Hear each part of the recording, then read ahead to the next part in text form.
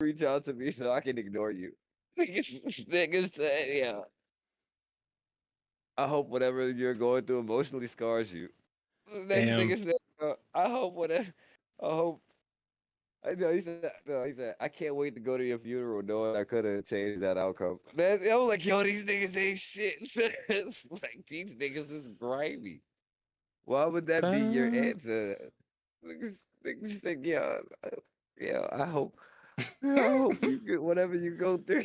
Yeah. Oh my God, nah. So they, oh, Oh no! I didn't want to do that. Hopefully it what doesn't you mess it playing? up. I'm not playing anything, bro. It's Sunday. All right, not right now. Valid, At the moment, it's valid, podcast valid. moment. Yeah, yeah. He said, "What am I I'm playing?" aware.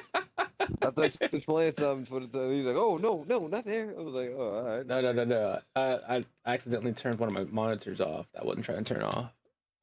All right, well, shit. I'm gonna go grab me some coffee.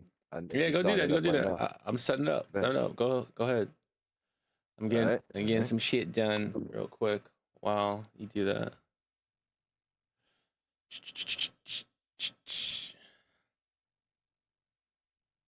What up, chat? How's it going? We are chilling today, you know. Today is Sunday, and everybody knows it's Pod Sunday for me. We're chopping up like we always do on Pod Sunday. We're gonna have some fun. We're gonna chill. We got me and Ego.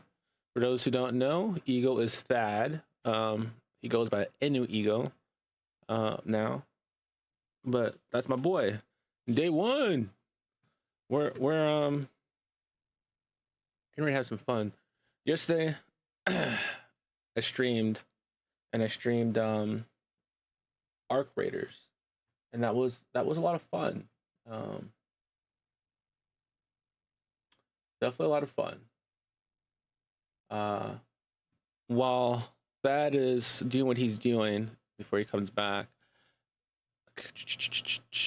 let's start this off. Let's start this off. So rundown today. I have a little list of stuff I kind of wanted to get through. Let me open up. This right here. Oddly enough, people are like, yo, why you carry a little book around? So I carry this book around sometimes, and of course I got my phone. But this is like my podcast idea. Like it's so easy, like to pull out your phone and like put stuff down. But sometimes you don't have your phone. Sometimes you actually don't have that luxury to pull out your phone. But what you can pull out is a pen and paper half the time, and be able to jot something down, a memory, something to talk about. And that's kind of what I've been doing. It's kind of how I get a lot of my ideas for the show. When I don't have Thad coming up with an idea or other people coming up with ideas. What up, Thunder? Thanks for swinging by, bro. If you want, I think you're in my Discord. You're more than happy to pop up. It's just me and Eagle right now. But if you want to like include your voice and like have a convo, hey, you're more than welcome to pop in to Discord and join us for the podcast. Anybody who comes up to the podcast, if they're a streamer or whatever stuff they do, I always make sure to give them a shout out. And I always make sure to include all their handles with the podcast episode. So if someone happens to enjoy the commentary from your end and they want to follow you more, all they have to do at the end of the podcast, when it's on like Spotify or any other thing else that you find the episode on, you just click the little links, and those links will bring you to other people's, networks.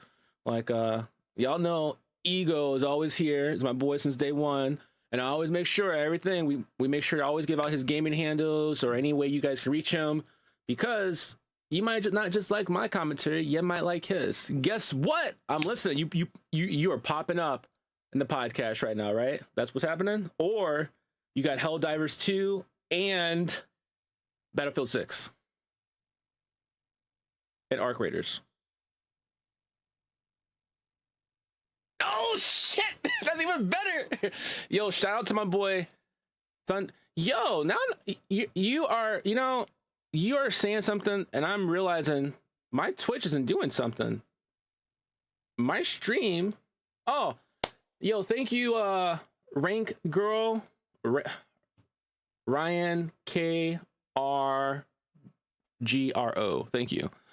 I'm dyslexic, so me trying to pronounce your handle is a plus because I just butchered it, but I didn't butcher it as bad as I could have. So that is a plus. Yo, Thunder, you know, I'm realizing something real quick. Some stuff is not working. Or is it just me? Because here you are talking, and my panda is not saying anything to you. Interesting. That's weird. Nor did my thing give you a shout out when you pulled up. Let me check something.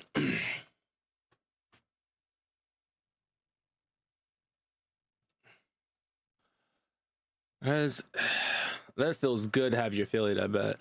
You have so much access to so many different things. I'm fucking stoked, bro, that you got your affiliate. Now I can get my boy Ego here to get his affiliate. He's like close. Well, I think the only thing he's truly missing is like just a viewer count when he's live, typically. Shit. Yo, bro, Thunder. What up? Thunder just got his affiliate. Oh shit! Congratulations. No, you're next, bro. You're next. Congratulations. Oh hell yeah! Nah, yo, my last 2 streams, like even the stream I did last night with you, that only leaves like 12, 14 minutes. Yeah. And while Tell I'm you. passing out, it was fucking 14 views. No fucking that's- clue. The one before that, Bro. earlier went what 27. Why did it? Like, yo, shout out to y'all. Appreciate y'all for Oh pulling up. shit! The shit went crazy. Yo, Thunder, say something again, bro. Why did my shit disable itself? The commands and shit. That's wild, bro. My shit was like, no, we don't want to do the commands right now. Let me look, cause Thunder is on my shout out list, and it definitely didn't give him a shout out. Got the email today. Word, congratulations, yo. Hell yeah. Yo, Thunder, bro, if you want to, I think when you popped in, it had an ad, so you didn't hear what I said. There we go. There we go. That was working right. So if you guys don't already know, you guys at any point in time can always click on this link here and swing over to my boy Thunder King 1397 and hit that follow button and follow him. Currently, he has been streaming some Marvel Rivals, as you can clearly see. That was the last thing he played, and he is a beast in that game when he gets the right people to work with him. So he has a lot of fun. I enjoy watching him play Marvel Rivals when I get the chance.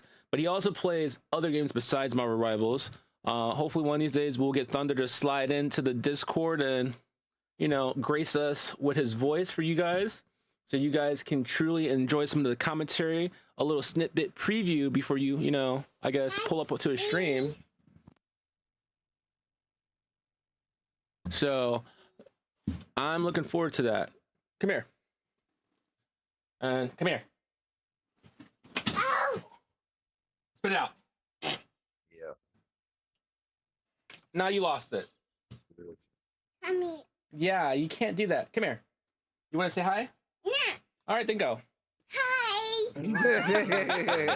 It's at break time. My little one always is trying to, you know, Back soon to share more of our terrible puns. put himself into the mix, but then doesn't truly want to do it. So that's him saying hi. And as Hello, how are you? Lol. the fuck is that? Is that you? What? That noise? Nah. You talking about the whoop whoop shit? Was that you, Thunder? You made that noise? Oh, was that Oh, that might have been me. That might have been. when y'all have a sound thing going? As I could have swore I heard like a sound effect just now, Nah. but nah, bro. Oh, Thunder said yeah. No, not me. Did no one else hear that sound effect? Yo, I'm not going fucking didn't. crazy now. Let me look at my phone. I do have my headset on. So maybe Oh, maybe no, some he said, no, not him. maybe some So sound that came definitely through. probably was me, more than likely. I probably did that. Oh, shit. Yeah, Didn't that's what it realize. was. And, oh, I was like, what the Nah, fuck was yeah, that? that could have been me. That could have been me. My bad. Yeah. Over here locked in on the coffee. Yeah. I was Coffee like, what got the me. fuck? That's my fault. Coffee brought me a lot of satisfaction. Yo. Shit. That's my bad. No, my you're good, bad. bro. All right, stream. I'm delaying this shit, but let's get into this podcast episode. Oh, Thunder, yeah, bro. If you like I said, if you ever want to pull up, you're more than welcome to always pull up to the Discord and like instead of having to type, actually be able to talk. The viewers will be able to hear you because I have my stuff set up so they can be hearing. Yes, we are definitely need to rock. Hey, yo, by the way, side note, Ego, Thunder is in Yo. the East Coast, bro. He is in the same time zone that we are in. So we just have to figure out his schedule. He definitely wants to run Blade Point with us. I watched him play while I was on the cruise. He was getting Yeah. W's by himself, solo queuing. Like, he was fucking shit up. Like, first time on the game. I with think that. he's. I still gotta download it. I definitely think you have to re-download it. No, I have it downloaded. Yeah, I would say, yeah, you have to re-download that shit, bro. But I definitely think we found our official third to run with on that particular game. Me. Um, That works for me. so we're gonna have to figure out how to link this up to make this work, but we gotta make it happen because I was very impressed the way Thunder was moving. He was moving like we move, for the most part. For mind you, it's his first time. It was like his first time playing, if I'm not mistaken. But he was putting fucking work in. I was fucking getting psyched, fucking watching him. I was like, I can't wait to get back from fucking cruise. And then I got back and Bodies and bags. I we like didn't that. play. I like that. Man's out here body He was- bagging and toe He tagging. was. Hey, I want to say he took on like two people at one time. Like they were like, so like someone tried to third party him, and he dropped both of them. I was like, oh shit, okay. yeah. Thunder doesn't fuck around. Marvel Rivals was definitely helping his ass out, but no, he was holding his own. I was thoroughly impressed. I was loving it. Yeah. We definitely gonna have to get Thunder in this fucking pod one day. I'm sure he would be a fucking riot to have on here. Mondays and Saturdays is his day off. Saturdays. What do I do on Saturdays normally? Saturdays. It depends on Saturdays for me. Saturdays it depends. We go Depending- Father Day. yeah, it's like At least. yeah. That's why you guys catch me late at night streaming during the week. But it's a hit or miss sometimes. You just never know. Sometimes I have days where I can hop on early. Sometimes I don't. Kind of play it by the ear. But without further delay, welcome to another edition of Chillin' with Zone and Company. I am your host, Zone, and today we have Ego, Ego, Here. with us. Let's go. I'm calling him Ego, but y'all are gonna hear me reference him as Thad quite a bit because he's my day one boy, and I mean, it's very hard to do the thing. And y'all probably like, but he calls you Zone, like that's your name. You're right, it is. It's legitimately my name. It kind of works out. Like, I was born with the last name Zone, so when people are calling me Zone, they're actually using my real name. It's not like just a handle, it's my name. I'm not gonna call him his first name like that. Yeah. That to me Only is just weird. Mr. Wilson does that, and half the time I ignore him when he does it. To be honest. Yeah. I don't think he's realized that. Nah. I hear it come out of his mouth, and I mentally do this look like, why are you calling me by this name? But I definitely get the sentiment of it. Yeah. Just a couple Like I things- left that for like once I found that that's what your wife calls you, I was like, nah, son, I'm not calling him that. Oh, by my first name? Yeah, like, no, I'm not calling him that. Like, even when I first heard it, I was like, nah, I'm gonna just keep calling this nigga Zone because that just I mean, I've It just always been flows. Zone, like even with my gamer tag. So for those who don't know, I've only changed my gamer tag like twice on Xbox. It was P Zone, 89. You know, I was born in 89. Yeah. You know how original, right? and then I switched to Zone Network, and most people don't know that Zone Network was actually supposed to be Zone Network, but I am extremely dyslexic to a fault. So when I did it, like, so Twitch is not like the first platform like I was trying to do like the social media stuff. Like back in the day, there was like these other platforms. Like one was called Stream.tv. I don't know if you guys ever heard of it or remember it. It was like in 2008, 2009. That's like when like the actual streaming stuff really was picking up. And I would do that quite a bit. Me and Ego, that's when they had like Mixer and all the other good shit. Yeah. We had all that. Mixer was lit. I And miss that's that where shit. I really picked up with the name. And when I did it, it didn't even register in my mind that I did it wrong. But once it did, I was like, fuck it, because I was doing it for so long at this point, and I realized I did it wrong. I was like, you know what? I'll just own it because it works. It always catches people off guard. They're like, oh, it's supposed to be Zone Network, and I just smile because yeah, it is, but it's not. It's Zone Network. So I have just been owning it, and I've never changed that one from my Xbox. Now, when you go to like, not Twitch, when you go to Steam or like PlayStation, it's slightly different a little bit, not too much, just a tad bit. Definitely on Steam it's different. I was rocking my original day one name on Steam, and then I just changed it recently because I've been kind of messing with like Shadows and Void stuff on a lot of games that I'm playing. So I went to like Shadow Zone, or sometimes I'll go like Void Zone or Shadow Void, just something. But I always still use my last name because I like my last name. Growing up, I didn't, because I do my podcast every Sunday, bro. So as of now, but if we have enough time and material and people's availability doesn't work on a Sunday, we can always try to shoot for a podcast episode during the week. But typically for like me and Ego, it typically works on Sundays because that's one of those true times that he can actually block off from everything to be like, hey, I need this time to myself to record on something that I'm trying to work on. And that's typically how it works. It's the only time that we know for a fact that it can be consistent. But if we have to, pick up on a different day, we can definitely do that. We just have to coordinate that accordingly via everybody's schedule. Because we used to record like during the week here and there, and it was like a debacle trying to like coordinate everything. So we just shifted everything to Sundays. Because I want to say we were doing it during the week, and then we switched it to Saturdays, and Saturdays still wasn't working. And then I was like, you know what? Let's go fucking Sunday. And Thad was like, you know what? That works for me. It's day of rest. Yeah. So he was like, it kind of worked out. I mean, we're still kind of resting a little bit while we're doing our pod. It's not like it's extraneous work, but it's fun. And we make it happen. So yeah, definitely owned my last name, and loved every moment of it since. So there's some things I want to talk about today.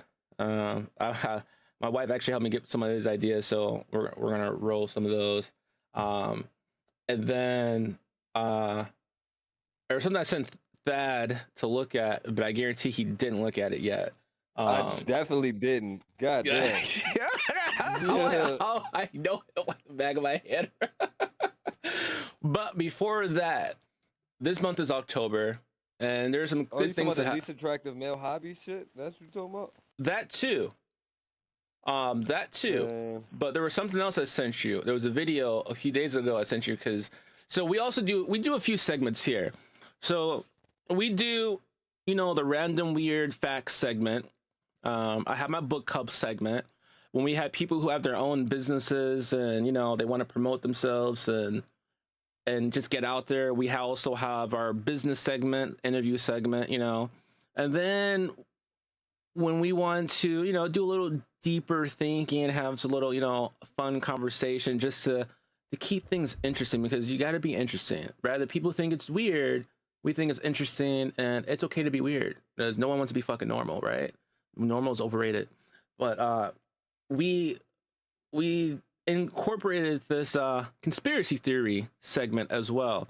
And normally Thad leads this segment, but I feel like he's been slacking a little bit sometimes because I think he probably doesn't know, or he probably doesn't want to talk about certain things because he doesn't want, people to feel sour towards some of our theories. But I mean, they're all great theories. They all could be reasonable. They all kind of seem logical. But it's all talk for us and it's all fun, but it's just something, they're like, oh, what if, what if this is really happening? It's just one of those conversations, and they're great to have, great mind blowing conversation, because we actually get in depth with them, just because we both love that type of shit. He might love certain parts of conspiracy theories more than I do, and I know for a fact I love certain parts of conspiracy theories or the unknown things are supposed to be kind of fake stuff more than he does, probably as well. So when you put both of those together, it's a fucking great time. It's a perfect time, because we get to sit and talk, and me and Thad, compared to most people, we are very non-judgmental to a lot of things, and being able to just talk and be able to chop it up. Like I'm a firm believer that you should be able to have a conversation, even if it's like a heated conversation debate, without truly getting completely lost in it. If it's just a conversation debate, you just leave it at that. You should not get heated to the point where you want to throw fists. It's a conversation. You should be able to talk about anything, especially as an adult. You should be able to talk about anything without losing your temper. And I actually have something that I wanted to brush on with as well, because I came close to losing my temper this weekend about some shit. So we'll dive into that as well. But before I jump off the rails and go again, let's start things simple. We're going to start with the book club, because this is the month of October. And on the month of October, we have Halloween. For those who celebrate Halloween, it's a great time. You dress up, have fun with the kids, go for trick-or-treating. It's fine. But there's also something else in October, and that is that October is the month of dyslexia. And for those who don't know, dyslexia is a neurological difference in the brain, that, people think differently, see things differently. It's just different. It's a different way of thinking, different way of doing things, that is not to the norm or standard of everybody else. And there's not saying there's nothing wrong with people who are dyslexic. Some people who are dyslexic are extremely smart. Being dyslexic does not make you dumb, illiterate, or any of that.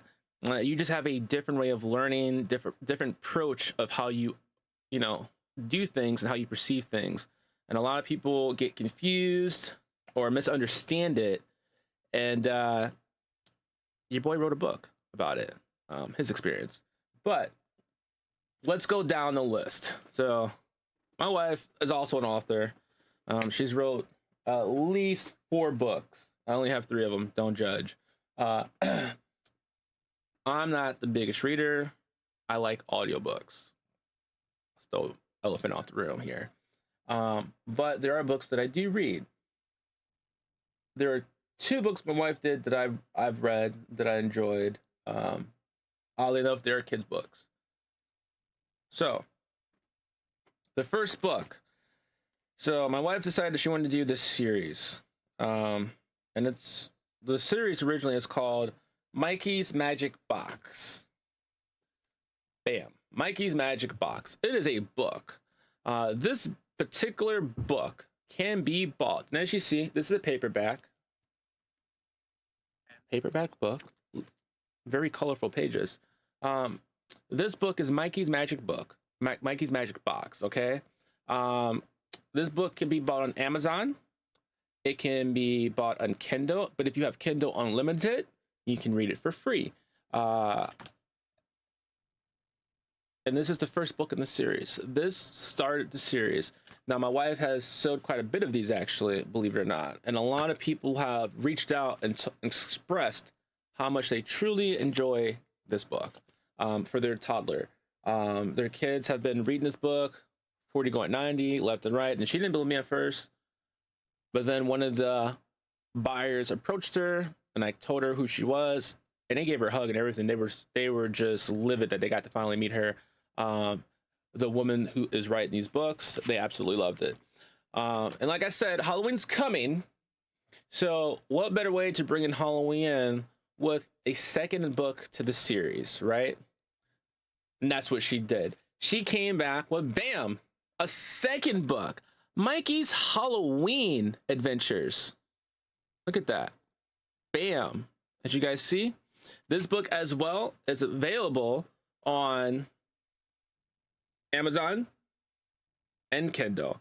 This book is obviously bigger, has more pages, and you know, as she progresses, I foresee her books getting bigger and bigger, especially with the kid series.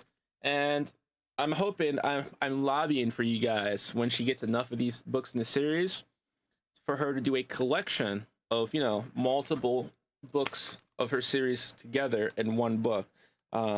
Because a lot of people do it, and I think that would be great. And Thunder, I look forward to seeing you on our next episode of the pod as well. So thank you. So that is for the children. Those are 2 books for the children. She has 3. One. The other one is called Lily. Let me make sure I say it right before I butcher this. Da, da, da. All right. The next book that she has, that's a children's book, is called Lily the Tiger with the Tiniest Roar. All right. And this book is only on Kindle. It's only on Kindle. You can only get this book on Kindle, unfortunately. But it's a small, cute, short book. Guys, check it out if you like it. And for all those women out there who just want a thick book to sink their teeth in, I hope that's thick, okay? I hope that's thick. Stream will be back up in a bit. This book is Don't go called anywhere. Almost Yours, Celine. And be right back. This book, if I'm not mistaken, follows, or I can just read you the back. For anyone who's ever known betrayal, longed for love, and dared to believe in second chances, Almost Yours, Celine is a heartfelt, slow burn romance that will stay with you long after the last page. I'm just going to read just that because I feel like that sums up, like there's more to this back. I don't feel like reading all that. I feel like that's good. Like, from my understanding, for people who have read this book can be purchased Amazon, paperback, hardback. This is hardback, but it can be purchased both ways. And you can also read this book on Kindle Unlimited for free if you have it. Another great book that she wrote. Make sure you guys go check that out. Moving on to her next book. This one is hardback, and it is also, has a shiny thing to it. Gloss finish, very different than mine. But this is a hardback, also available in paperback. This one is Left on Red. I mean, I guess that could be interpreted a different way because left on red, left on read. Red. Most people would just say red, but it's spelled the same way if I'm not mistaken. But Left on Red is an unflinching, heartfelt exploration of the messy modern search for love, the ghosting, the silence, and the half-kept promises, and the unexpected freedom that comes when you finally choose yourself. That is just a little bit of snippet what's on the back of the book. Obviously, if you guys want to get this lovely book, you can slide right on over to Amazon and you can purchase this book. Like I said, this book is available hardback and paperback.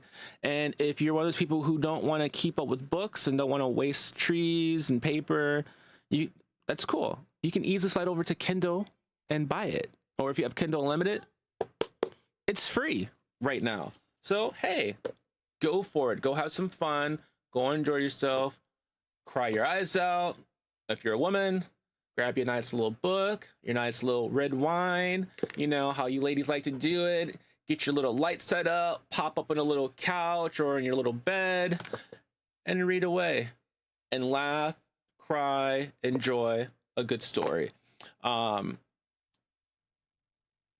these two are her women books. Women typically like these books a little bit more. Not saying that they're just only for women. You can read these books too if you're a male or of age and you like these particular books. So if you want them, you know where to get them. And we'll talk about them. And maybe if we're lucky, maybe, just maybe, she'll allow us to get some books and, do some giveaways, some free giveaways as contests for people who want to read these books. Maybe you can get a signed copy from her. So, we'll figure it out, still up in the air. Let's make sure you guys like these books. And then, like I said before, we are in the month of October. And the month of October is month of dyslexia for people who have dyslexia. And that, we have my book. My book is it's a small book, as you guys see. It's nowhere near the size of my wife's book. Obviously, she loves to write. Obviously, me not so much. But both books are really good. My book is called Lost in Translation, right? Growing Up with ADHD and Dyslexia and the Emotional Storm No One Sees.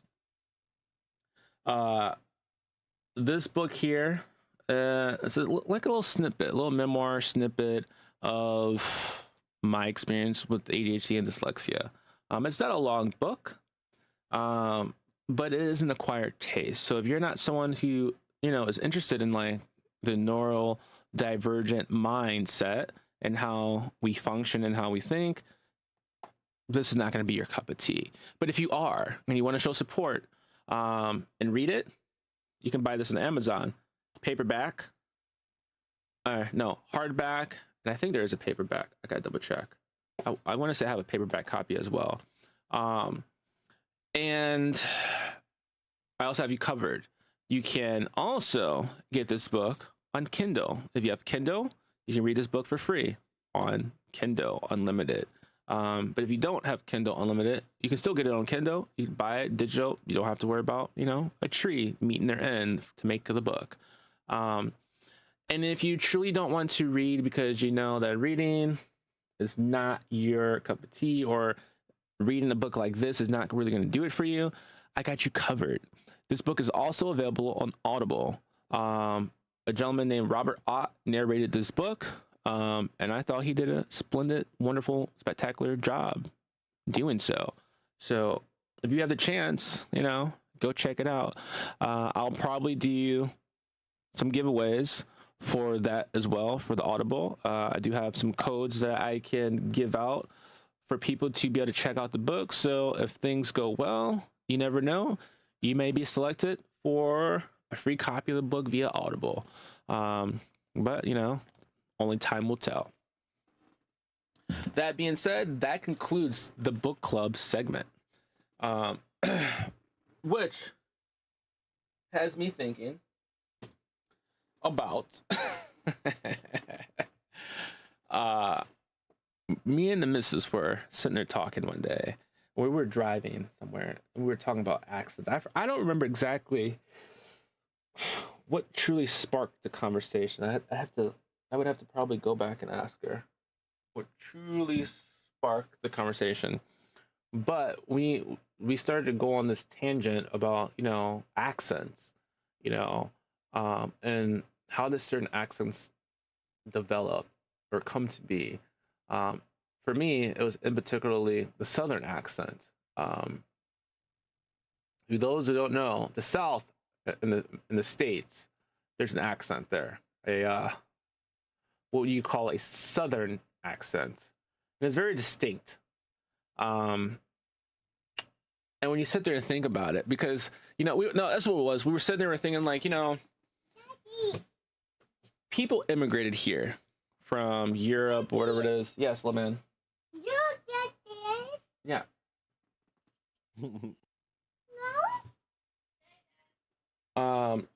They were wondering. We were wondering. If people migrated from over there, when they came this way, how did a southern accent come to be? Like, if you think about it, people who migrated from, Ireland, Scotland, Britain, places over there where they, still kind of spoke English, to an extent, but their own dialect or dialogue, or no, dialect, accent, whatever it is. But then Yeah. how did they get to when they were here, and how did all of a sudden the southern accent come? Because yes, you have all those people coming from different parts of the world, migrating here, setting up the colonies, you got north, the south, and do all this stuff. And people who came here, they spoke, British or whatever language it was back then. And mind you, the languages back then were considered more pristine, more refined, more proper, educated on a higher level. And then when they came here, things changed, like in Europe, especially in like England, people say naked when they're tired. And here you just say you're tired or sleepy. And that's, if I'm not mistaken, that's like a slang that's changed over the years to what we have today, where it's like naked. But the people here in the States who started that southern accent, like "here boy," and like all this, and like y'all and all this other great stuff, where did that derive from? And me being me, I looked it up. I was like, let's see. And to my wife, it makes sense. To me, it still does not make sense. And it's not the only accent we looked up that gets better. But according to the powers that be out there, the southern accent was developed from a mixture of influences, including the dialects of English, Irish, Scottish immigrants who settled in the region in the 17th and 18th centuries. The speech of African Americans who developed their own dialects, including African American vernacular English. I don't know. It's a V word. I don't know if I can say it. Vernacular. Yeah, there we go. English, and the influence of the French settlers in Louisiana. So, African Americans back then, French settlers, English, Irish, Scottish. Something happened, bada bing, bada boom, southern accent was developed. like if you really think about like the old movies, like, or any like southern stuff, and you hear like how that sometimes the accent's so thick you can't understand it, that real southern accent. And you're sitting there like, there's no fucking way those languages somehow created this accent for the South. Like, to me, I can't see it. I personally can't see how that's feasible. So we were, of course, it's like, she was like, look up Boston and New York accents. How did they get their accent? Where did that derive from? Where do you think that derived from, bro? I don't know, but I'm listening because that's I want to know. I want to know what the fuck did they say? So you know I'm from Boston. You know how they get all loud, and you know how you know New York accent. Motherfuckers that have that accent, right? And you could definitely tell that I'm motherfuckers from New York. So the New York accent developed from a mixture of early British influence, particularly the London dialect's non-rhotic, dropping the R sound for speech, and the impact of large-scale immigration primarily from Ireland, Italy, and Eastern Europe. The Dutch, who originally settled in the area as New Amsterdam, are also believed to have an early influence in the combination factors, including a history of social and economic change that created a unique linguistic identity that continues to evolve to the day. So your New York accent that you developed over your years growing up, it's from Europe. Yeah, okay. Yeah, okay. But no, when you see that, it's like when you hear shit like that, you're like, okay, oh, okay. I still don't see it though. It's still I me. don't. For me, it does not make sense still. But for my wife, she was like, I get it, I understand. I'm like, I don't know. I don't know how those languages, particularly the European languages, transformed to give you a Southern dialect accent that we have today. To me, I'm sorry, I just don't see how that is physically possible.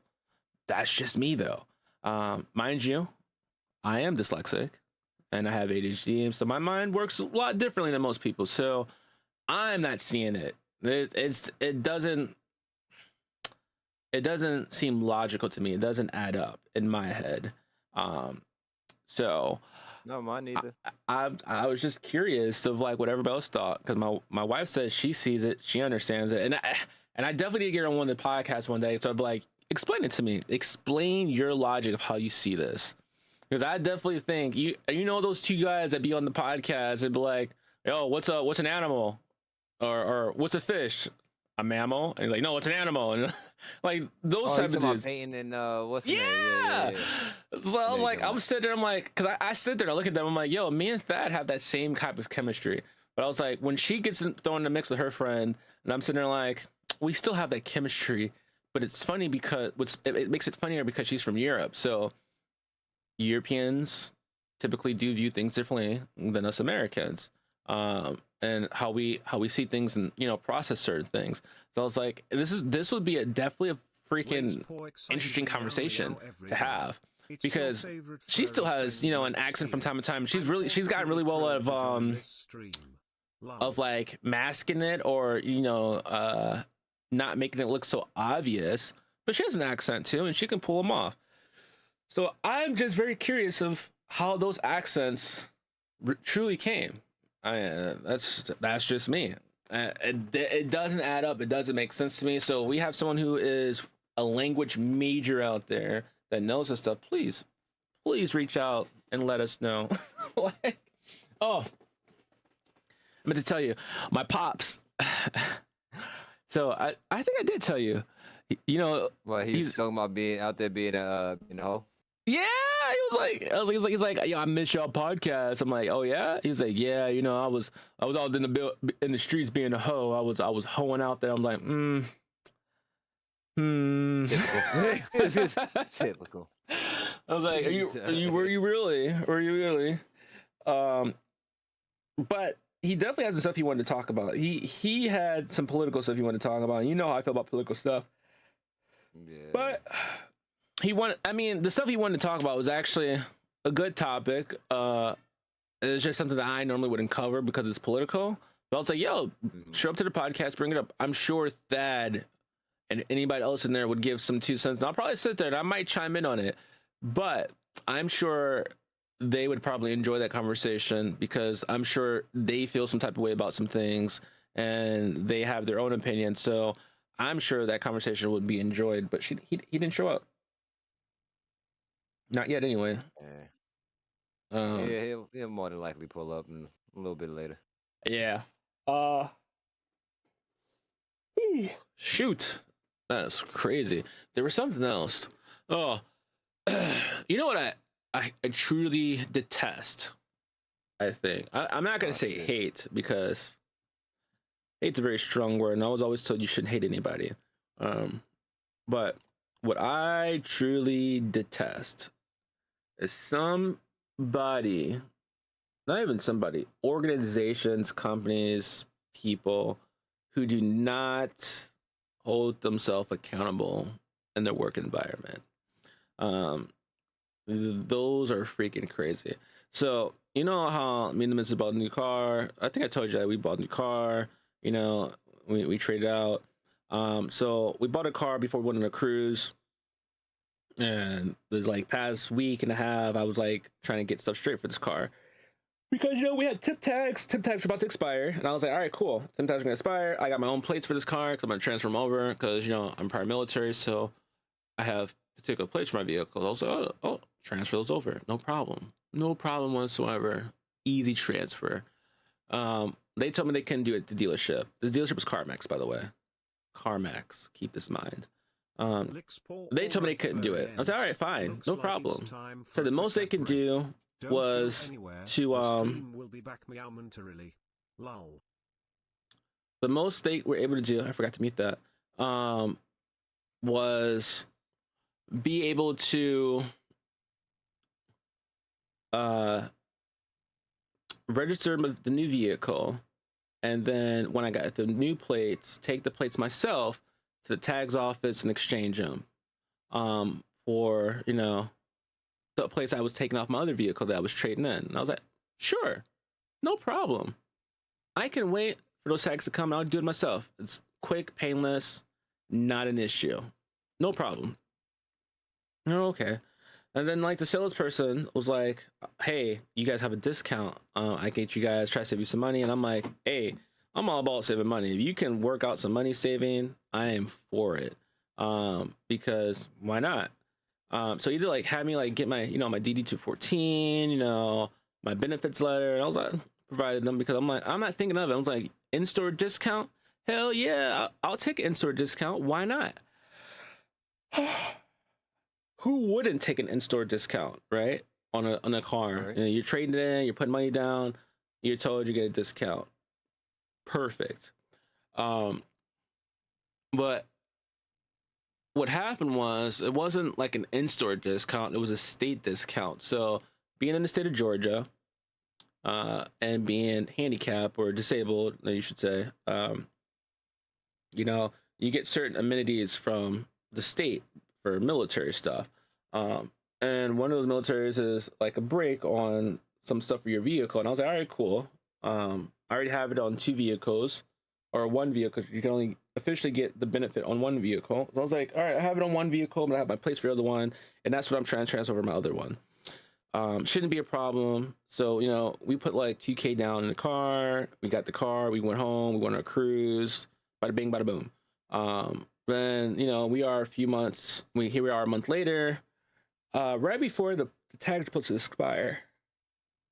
And I call to make an appointment to get the car work done because there was some like IOUs that were owed to me, or to us, I should say, when we bought the car, is that we needed some things fixed that they promised they were going to fix. So we went in there. They was like, oh yeah, we'll get this fixed.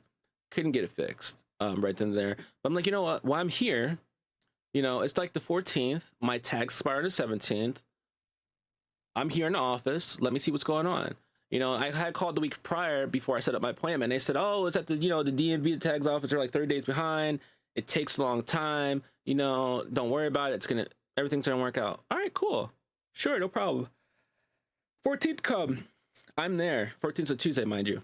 Past Tuesday. And this is like past week events. And I'm there for my appointment, you know, and I'm like, I'm sitting here. Let me go to the business office and see what's going on with my plates, because the 13th, we're on the 14th. We have 3 days until the 17th. If you guys don't have a physical copy of my plates, I need an extension because I can't be driving my new vehicle without proper plates on it. And that's like a no-no. You don't want to do that. So you get there, they sit there talking, they're like, oh, we can't give you a temporary tag. You got to go to the tags office because, you know, they kicked the paperwork back prior and something's messed up. So you got to go to the tags office to get the plates. So they gave me some paperwork. I go to the tags office with that paperwork to get my plates. I get to the tags office and they told me, what are you doing? I was like, I'm trying to, you know, I'm trying to get an extension because I was told to come here. So they look up my file and they're like, extension for what? They're like, you can't get an extension right now. They have to fill out the paperwork properly. I'm like, what do you mean? They're like, well, yeah, they fill out the paperwork and then they showed me what they were trying to do. And then they said, like, we kicked this paperwork back to them on the 2nd of October. Now remember that date, 2nd of October. Okay. So I'm like, all right, huh, interesting. And they're like, yeah, like, and then the guy was looking at the file and I was like, yeah, I'm just trying to get extension. He's like, yeah, we can't give you an extension to your tag. They're supposed to do that. We haven't got the paperwork, whatnot. I'm like, okay, cool. I'll go back. And he said, but that's not the only problem here. He said, one of the bigger problems that I see is that I'm seeing that you live in the state of Georgia. I'm like, yeah, I currently reside in the state of Georgia. That's not a lie. That's true. Oh, interesting. Then why do you have a temporary tag in your car that's meant for vehicles who live out of state? I'm like, news to me. I don't know. I thought I had the regular temporary tag on my vehicle. I wasn't aware that there was two different type of temporary tags. So one for out of state drivers, and then there was one for drivers who live in state. But they were like, yeah, this is wrong. Like, they have you listed out of state. And so he went and checked the little thing, and he was like, not to me. Then he said, and on top of having you listed, like, you know, like you live out of state, even though you have a copy of your driver's license here in your packet, you have all this stuff in your packet. It's all here. And they're trying to tell you that you live out of state, even though you don't, but they gave you a temporary tag for, like, if you were living out of state. I was like, yeah, I don't. They're like, well, they have to fix this. Because when he went into the system, like, to see what address they put, they didn't even put my address, bro. The address that they put for me, they put the dealership's address as the home address. And I was like, why? Oh nah, them niggas is on some bullshit. But I'm like, but even then, the home address is in Georgia. Why do I still have the wrong temporary tags on it? So the guy at the tags office was like, yeah, like, technically you're driving your car without the proper registration on it, like the proper tags on it. Because since you live in the state of Georgia, like, if I was to get pulled over, I wouldn't probably get in trouble too much, but they'd question, like, why are you have this temporary tag in your vehicle and you live in the same state? I'd be like, I don't know anything about it. I just know what the dealership gave me, and that's what I put in my car. Because since that's what really happened. So I go back to CarMax, and CarMax was like trying to argue with me at this point. I'm like, look, I literally just left the tags office. This is what they said. Okay, they said that you guys messed up some paperwork, so you guys have to fix it and print off me a new temporary tag. So they're like, okay. They go, they print me off a tag. The tag they print me off is an out-of-state tag again. And I'm like, this is wrong. And they're like, yeah, we have to do this because you're military. I'm prior military. Yeah, we still have to do this because you're military. And I'm like, oh, before that, the guy at the dealership was like, since my driver's license said Georgia, my DD-214 said Georgia, that meant I was a current resident of Georgia, which by all means, you handle me as a Georgia resident when it comes to, like, doing car stuff, because I live in the state of Georgia. Right. I'm a resident there. So he's like, they did everything wrong. So I told CarMax this. I was like, hey, I was just at the tags office. They said you did this wrong. Like, I'm in the state of Georgia where I live, and my DD-214 says you guys had a copy of this in the back of the paperwork, but yet you have me listed as out of state still.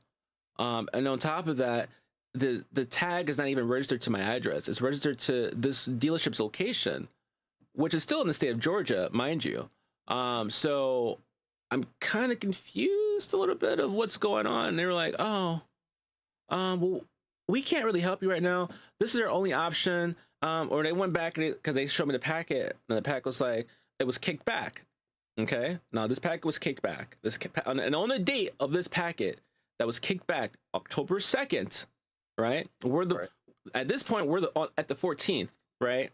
So this packet came back October 2nd to their office. We're at the 14th. My tag expires on the 17th, and at the point that we're at right now on the 14th, we're at the point that I went to CarMax myself to check up on my plate. They didn't reach out to me. I went, and I'm sitting there like, accountability, like a motherfucker. Like, okay, the paperwork's kicked back. I'm looking at the paperwork. It clearly says October 2nd on it, which means that's when they kicked it back. You know, the tags office kicked it back to them October 2nd. And when it was kicked back, it said on the paperwork that they had to redo it because they did it wrong. Because when I was there, and, you know, I tried to get my plates, and they came up to me, it was like, oh, you got to go back to the tags office because you forgot to turn in your 2012 Chevy Malibu's tags, your plates to that vehicle. And I stop, and I look at them. I'm like, what are you talking about? I said, why are you talking to me about my 2012 Chevy Malibu? That's not the car I brought here to trade in.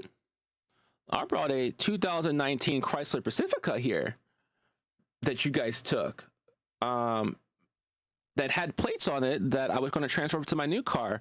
So why is the state telling me I need to give up my tax exemption for my 2012 Chevy Malibu and turn it in to add it to this new car when I don't want to do that? Like, I didn't ask for that. I didn't request any paperwork to do that. I didn't authorize to send anybody to fill out paperwork for me to submit that on my behalf. Like, so why are you guys requesting a vehicle plate information for a vehicle that has nothing to do with this whole entire sale? And it got quiet, and you're like, I don't know. Maybe that's what you wanted. No, it's not. It's not what I wanted. I wanted to transfer the vehicle that I traded in. I wanted to transfer those plates to my new vehicle. I quote, you guys said, you can't do that in the state of Georgia. It doesn't allow you to transfer specialty plates. And I quote said, okay, that's fine. I'll take care of myself when my actual plates come. I just go to the tags office, say, hey, I want to remove these plates, put these plates back on my car, my new car. Easy done. No problem. That's all that had to be done. But it didn't stop there. Your salesperson thought, I guess, that it was okay to fill out certain paperwork and send it up. And he gave the impression that he was giving me an in-store discount. And I'm like, so you gave me an impression you gave me an in-store discount, which I'm not going to say no to an in-store discount, because why not? If you guys are going to offer me a discount, I'm going to take it. But then I said, at no point did your sales associate say it's a state discount. Because if he would have said it's a state discount, what up, Reptar? I would have been like, okay, cool, don't do that. And they'd be like, why? Because I already have a state discount on one of my vehicles, and I don't want you to mess up my other vehicle shit. So I would have told them not to do that, which would have nipped it in the bud. I said, the issue is you guys didn't properly tell me you were trying to submit this paperwork for a vehicle I wasn't trying to trade in. And now I'm sitting here on the 14th because I came in for a car repair, and I decided to ask about my temporary plates I sent it for a temporary plate because I haven't got my real plate yet. And you guys sent me to the tags office on a goose chase that sent me back here. That said that they sent the paperwork back a long time ago to you guys. You finished a much needed nap. Rock on, girl. I'm glad you enjoyed a nap. Naps are always needed, those power naps as you get older. Not saying you're old, but you know, since I'm close to 40 now, I'm like, yeah, those naps are fucking needed. But and I was like, you know, I didn't request him to fill out this paperwork. I didn't authorize him to fill this paperwork on my behalf. He submitted this paperwork, you know, and it was on you guys because you guys didn't verify with me that that I need to have that done, or that paperwork done. So I was highly upset.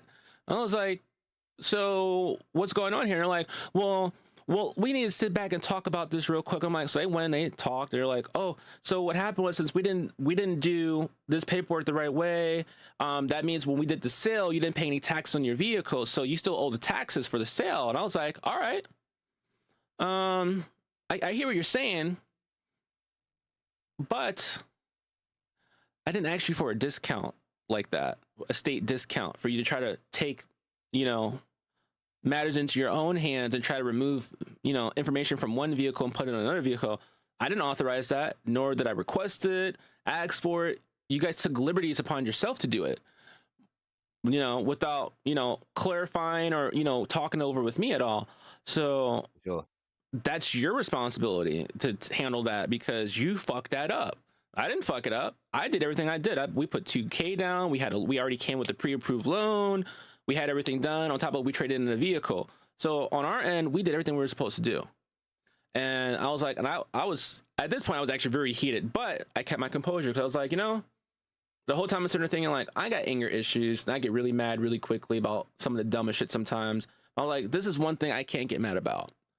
I can't lose my shit. I can't take someone's head, throw it through a fucking wall, because I'm fucking pissed. I just can't raise havoc in this fucking place because nothing's gonna get fucking done. Nothing's gonna get resolved. They're probably gonna call the cops on me. I was like, so I'm gonna kill them with kindness, and I'm gonna kill them, and I'm gonna kill them with, you know, education stuff that I know, because, you know, I do know some stuff about finance stuff, and I do know how certain things work. And I was like, okay, well, what are we gonna do here? Because I shouldn't be obligated to pay this, because I didn't tell you guys to do any of this additional stuff that you guys did. You guys took the liberties upon yourself to submit this paperwork, and I didn't authorize this. I didn't tell you guys to submit anything towards another vehicle I wasn't trading in. You guys did that yourself. And they're like, well, I hear what you're saying, but it's still your responsibility. How is it my responsibility that you guys fucked up the paperwork? And now here we are a month later after the sale was finalized. You guys are trying to come at me sideways about some taxes that didn't get paid, that would have got paid initially at this time of sale if you guys just did what you're supposed to do.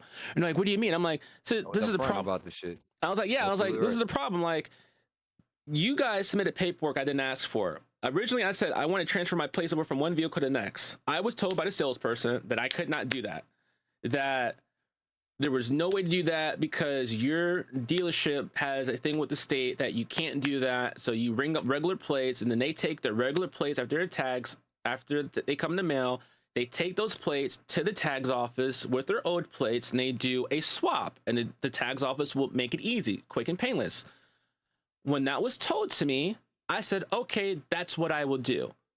And at that point, nothing else should have been done. You should have ran the sale like you were supposed to and sent me on my way. Instead, you decided, well, I'm gonna see if I can give him a discount. And yet you did paperwork that I didn't authorize and didn't even request for you to do. Because the moment you guys said you couldn't do the plates, I was fine. I was like, I told them, I was like, I was fine. I was like, I had no problem waiting for my actual plates to come, for me to take those plates and then go to the tags office and do it myself. You guys decided to do something different. And now you're trying to stick me with what you guys fucked up. And that's unacceptable. I was like, that's completely unacceptable. I didn't tell you guys to do this, and you guys did it. And you're like, yeah, but you know, we were trying. Like I said, I didn't ask for a state discount. You guys approached me as a in-store discount. An in-store discount means a discount you guys provide that doesn't go through the state. That's how it was presented to me. I said, if you would have presented to me as a state discount, I would have stopped you in your tracks, because it would have registered to me, oh, you're about to fuck up my other vehicle. I can't have that happen. And they're like, well, yeah, we see what you're talking about. Oh, you do? Okay, so that means you're gonna cover this, right? No, we can't do that. We're not authorized to do that. We can't do that. You have to do that. Oh, okay. Well, I want to talk to someone higher up. We're as high as it goes. But you're not.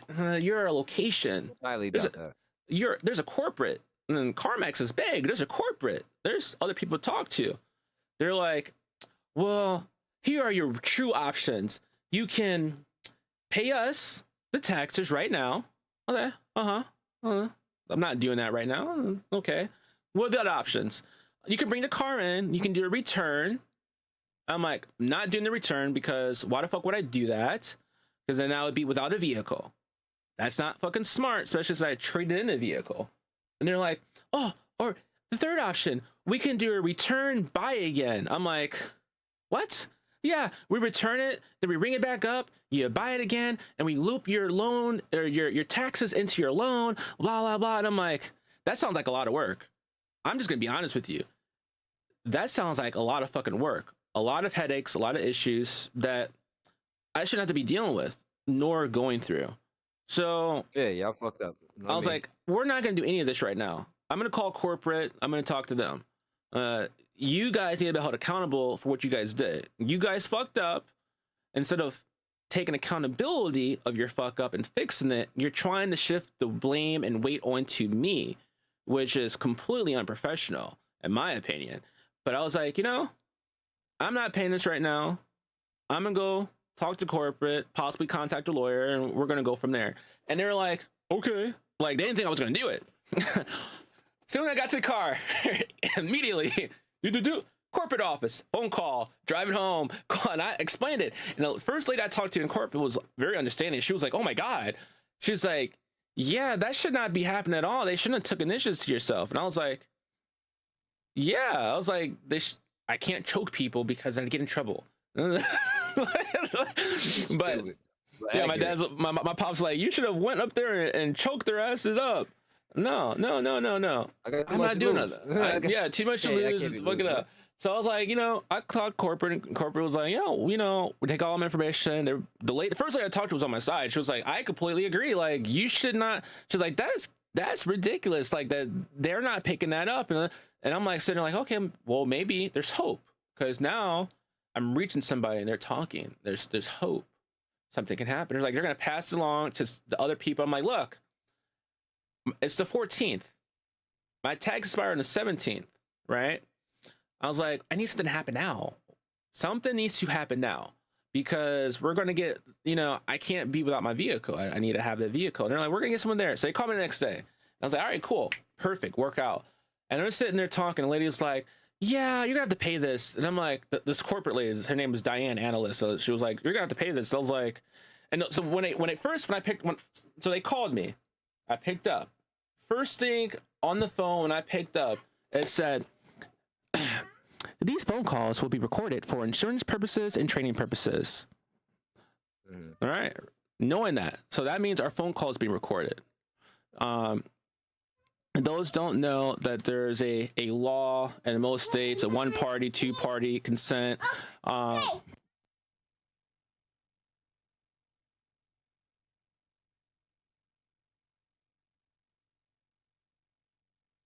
So most people don't realize there's that gap there, right? And with those consents, once one party agrees upon it and they all acknowledge the fact that there's recording, that's happening, and they're both aware there's a recording happening from one party, the second party federally legally has the right to record.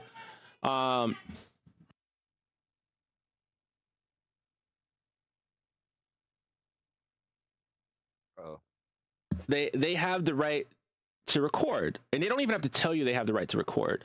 Once one party acknowledges that they're recording because they have to record for certain things, you automatically have that same right to record the conversation.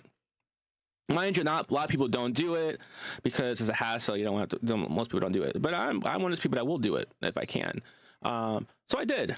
I recorded the conversation, and it was funny because she was sitting there and like. She was like, oh, you gotta do this. I'm like, so what about your employees not taking accountability and you're not making them take accountability at that location for screwing up all this paperwork? Like, so my main issue is that we're at the 14th. My tag expired the 17th. You're telling me I bought my car on the 2nd. Now, mind you, they kept saying the DMV was backlogged with paperwork and that the paperwork was being lost in the shuffle. And I'm like, all right, cool. But when I go to the tags office and they said they've already sent that paperwork back on October 2nd, and we're on the 14th. So, how many days is that? 12? 12 days, right? 12 something like that, from the 2nd to the 14th. That's 12 days. So you had 12 days to notify me, that paperwork was messed up. Yet you didn't. We're at the 14th. Well, now it's the 15th at this day because I'm talking to the lady on the phone the next day. I'm like, we're at the 15th. My tags expire on the 17th.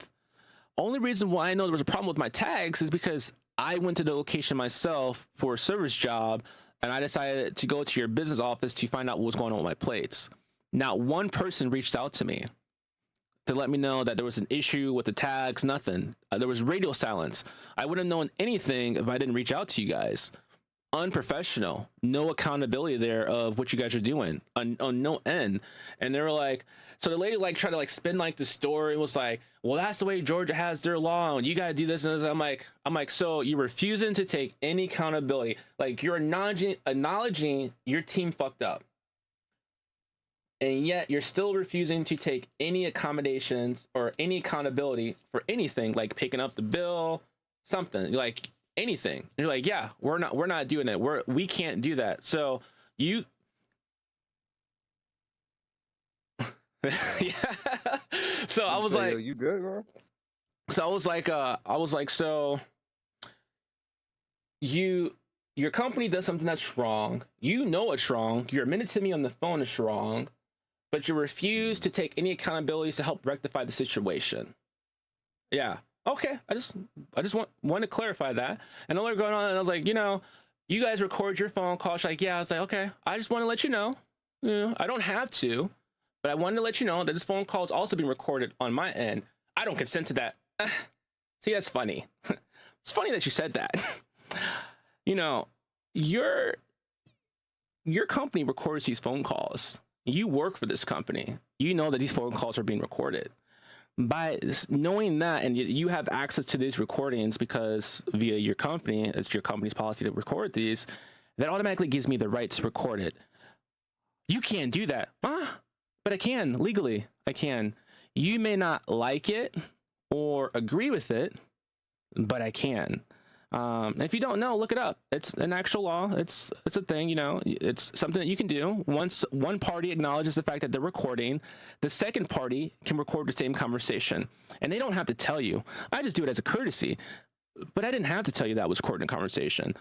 But I just want you to know that you admitted to everything I said, and yet you still refuse to take accountability, and that was recorded. And she got so pissed at me.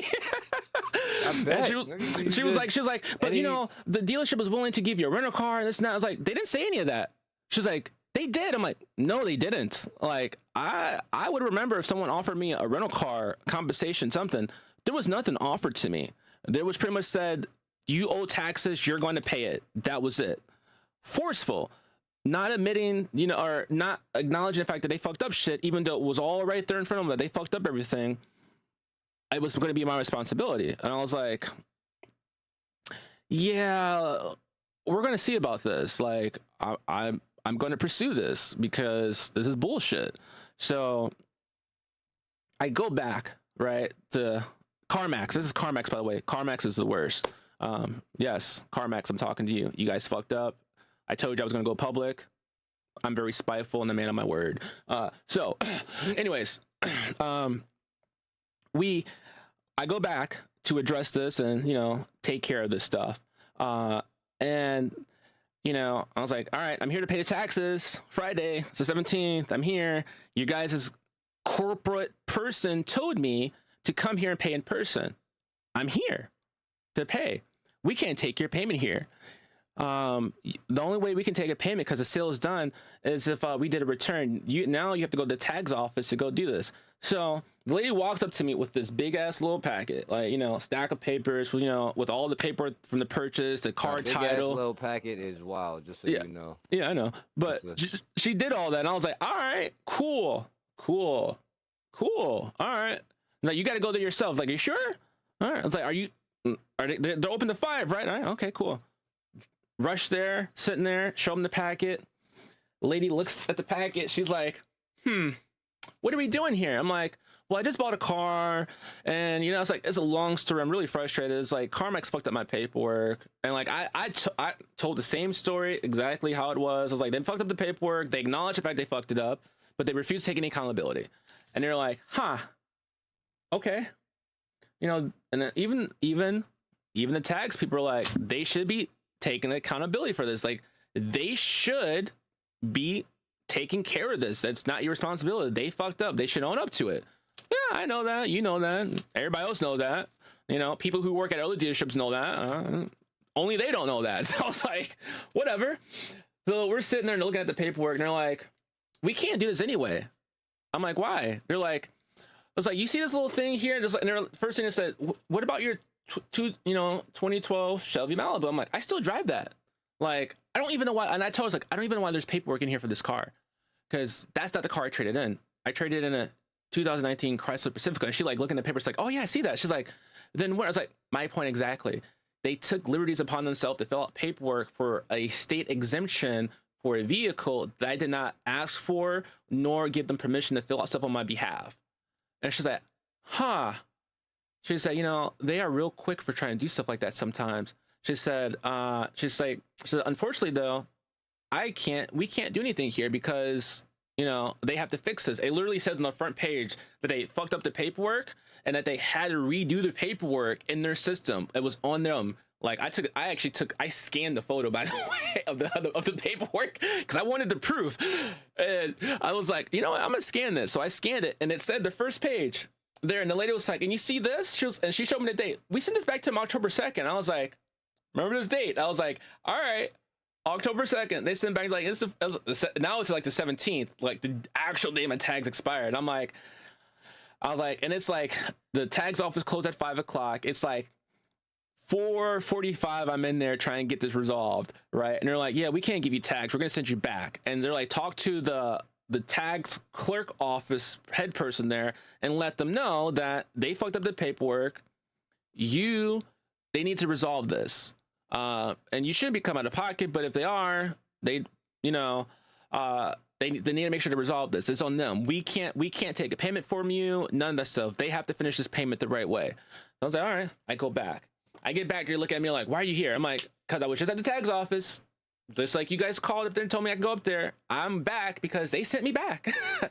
And they informed me that on this front page right here that you gave me, that it clearly says, and I read it, you fucked up the paperwork. But they said, more politically nice, you mess up the paperwork. You have to resubmit the paperwork the correct way in the system, but you have to do it.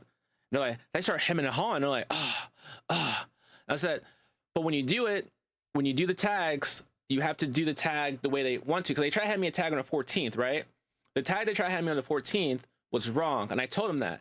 I was like, hey, the tags office says I'm not supposed to take this tag from you guys because you guys put an S on it, which stands for like out of state. And I need a tag that has a P on it that says I'm a permanent resident here. That's what I need to have. I can't accept this. And they're like, well, that's the only way we can do it because you're military. I'm like, again, my address and the tax office says ignore military shit. I have a Georgia ID. My DD-14 says I'm in Georgia. That's what you go by, Georgia. So I explained this to them. They were him and hawing. I'm like, and they're like, well, you still have this paper. Like, and this is why I said you have to redo it and you have to ignore the paperwork that they had because they said this. And I was like, so I'm here to make a payment. And I was told by the corporate office that I can make this payment here. You guys sent me to the tags office trying to get rid of me. Didn't really work out for you guys. So I'm back here to make a payment. And they're like, well, we can't accept this payment because you got to go through the loan process again. I was like, they're like, you need to call your bank and see if they will do it. And I'm like, no, I don't. I've already talked to my bank, and they would have done it for me too if you would have notified me in a timely manner. And they're like, what do you mean? I'm like, so when you apply for a loan to do things,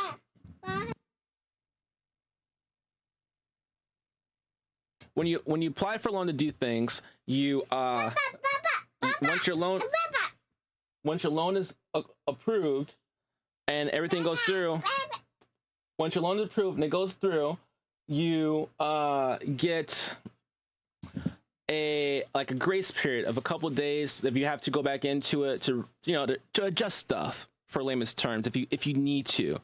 But it's not something that commonly happens. It's a rare thing. So when I called, I was like, can you guys see if I can, do this loan, or do I have to reapply? Do I have to reapply for it? I just want to know. They look, and they're like, since it took so long from them to let you know of the error, you would have to reapply for it. And along with reapplying for it, you're going to get another hit on your credit. And I'm like, well, I just got hit on my credit for the first application that went through. And, now it's going to show that I still have this loan. You guys are going to run it again. And it might get rejected at this point because now I have way too much shit going on here. It's back to black. Why are we doing all this? It's going to look bad on my credit. Not to mention my credit score would take a significant hit because now I'll have another hit. Because if you have to run my credit again, that means I'll have a hit on another soft or hard hit on the credit that lasts for like 2 to 5 years in your credit. And it impacts your credit in a negative way. Every time someone runs your credit, it impacts it negatively. I was like, yeah, I'm not trying to do that because you guys just ran it. I got approved. I already have that mark on my credit score. Why would I apply to get that exact same mark to redo this loan when I shouldn't have to be doing all that? And they agreed. Even the bank was like, they fucked up that paperwork. They should be eating that. I'm like, oh, I'm glad I'm not the only person. The bank, tags, people in the streets, like other dealerships. Everybody says the same thing. So I'm like, I told him like, no, I'm not doing that. That's not a feasible option. You're gonna mess up my credit. That's not a feasible option. You need to find another way. And I said, not to mention, when I talked to your lady on the corporate, and I gave her whole name, Diana, the analyst, all that shit. And I was like, I gave them all that information, and they told me that you guys offered to give me a rental vehicle, and they got quiet. And I said, on top of that, the lady said that I can also make that tax payment here in the location. All I had to do was show up and do it. I'm here. You're refusing to let me do it. And they're like, yeah, those corporate people don't know what they're talking about. That's not how this goes. They think they know the show, but they don't know anything. I'm like, I hear what you're saying, but corporate kind of makes the rules for you guys. So if they say you guys are supposed to do it, I think you're really supposed to do it, because they can either keep you guys running at this location, or they can shut you guys the fuck down.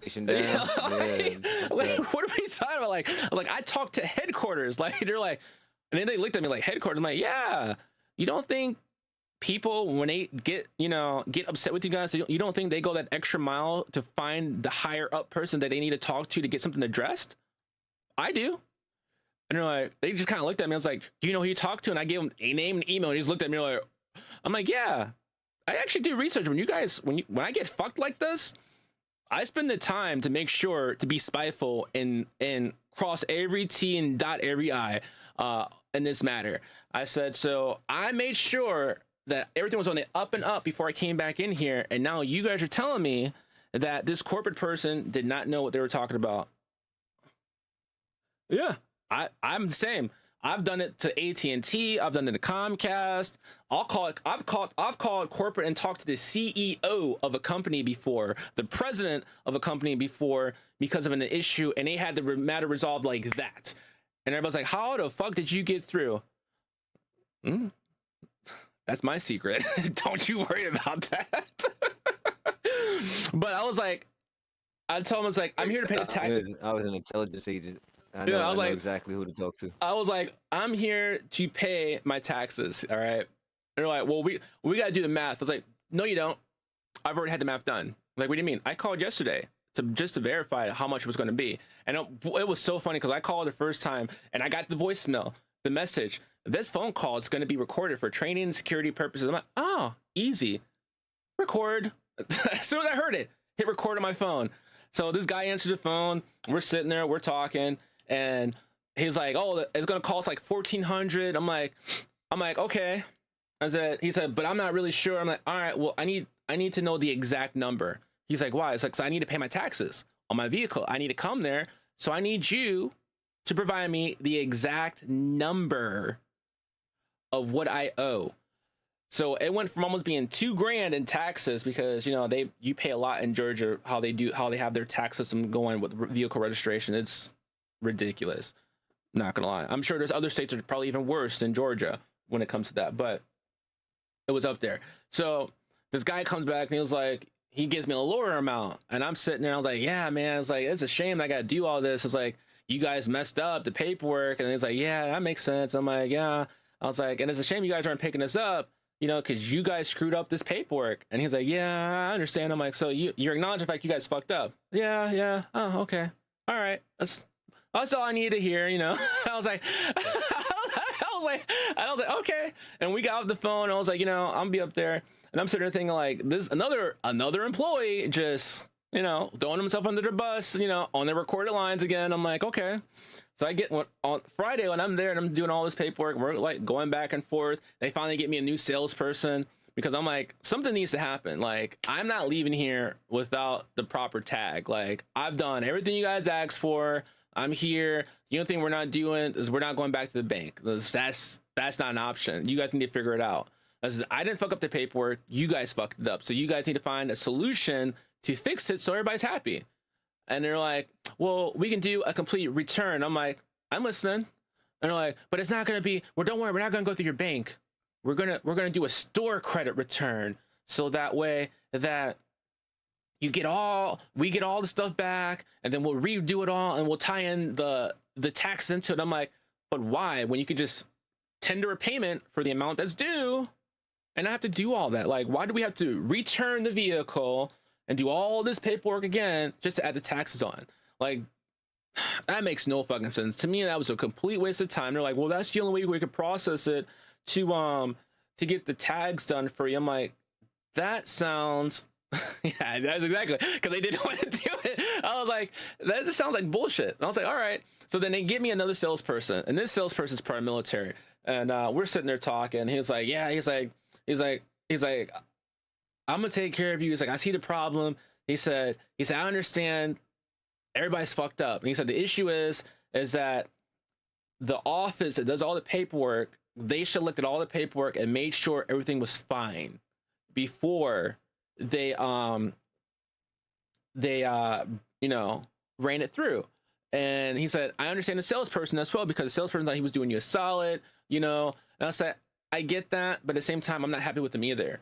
And he was like, what do you mean? I'm like, because I said the matter of the fact is that he told me when I asked about the plates, because I was trading in the vehicle, because I kind of gave him a little rundown. I was like, he told me that, you know, he couldn't do the plate transfer for me. So yeah, install credit kind of thing. Yeah. Well, not even before that. I said, because, you know, the whole plate thing was for another vehicle. I was like, when he told me he couldn't do the plates whatsoever because, you know, their location couldn't do it due to the type of plates I had. And I said, okay, fine. I'll just wait for me to get your guys' plate and I'll go handle it myself. That should have been it. There should have been nothing more that needed to be done. Knowing that, he should have just ran everything like he was supposed to run it and let me be on my way. And like, I get you're trying to do, you know, a veteran a solid, give him a discount. I get that. But if you already tell them that you can't do one thing concerning the plates and they accept that, then you shouldn't try to do anything else without completely giving them acknowledgement that you're doing this and making sure it's okay. And the fact that he did it without double checking with me to make sure it was okay is where the problem is. And I said, now, I told him, I said, now, if he would have told me exactly what he was doing before he attempted to try to do it, I would have stopped him. Because anybody who's military knows the stuff about their benefits, about how certain things work. So if you're very straightforward about certain things, what was the solution? The solution was we did the whole return the right way, which was so fucking stupid in my opinion. And I ended up having to pay, and I was like, I'm still gonna pursue this. I'm gonna make it be known. And then it was like,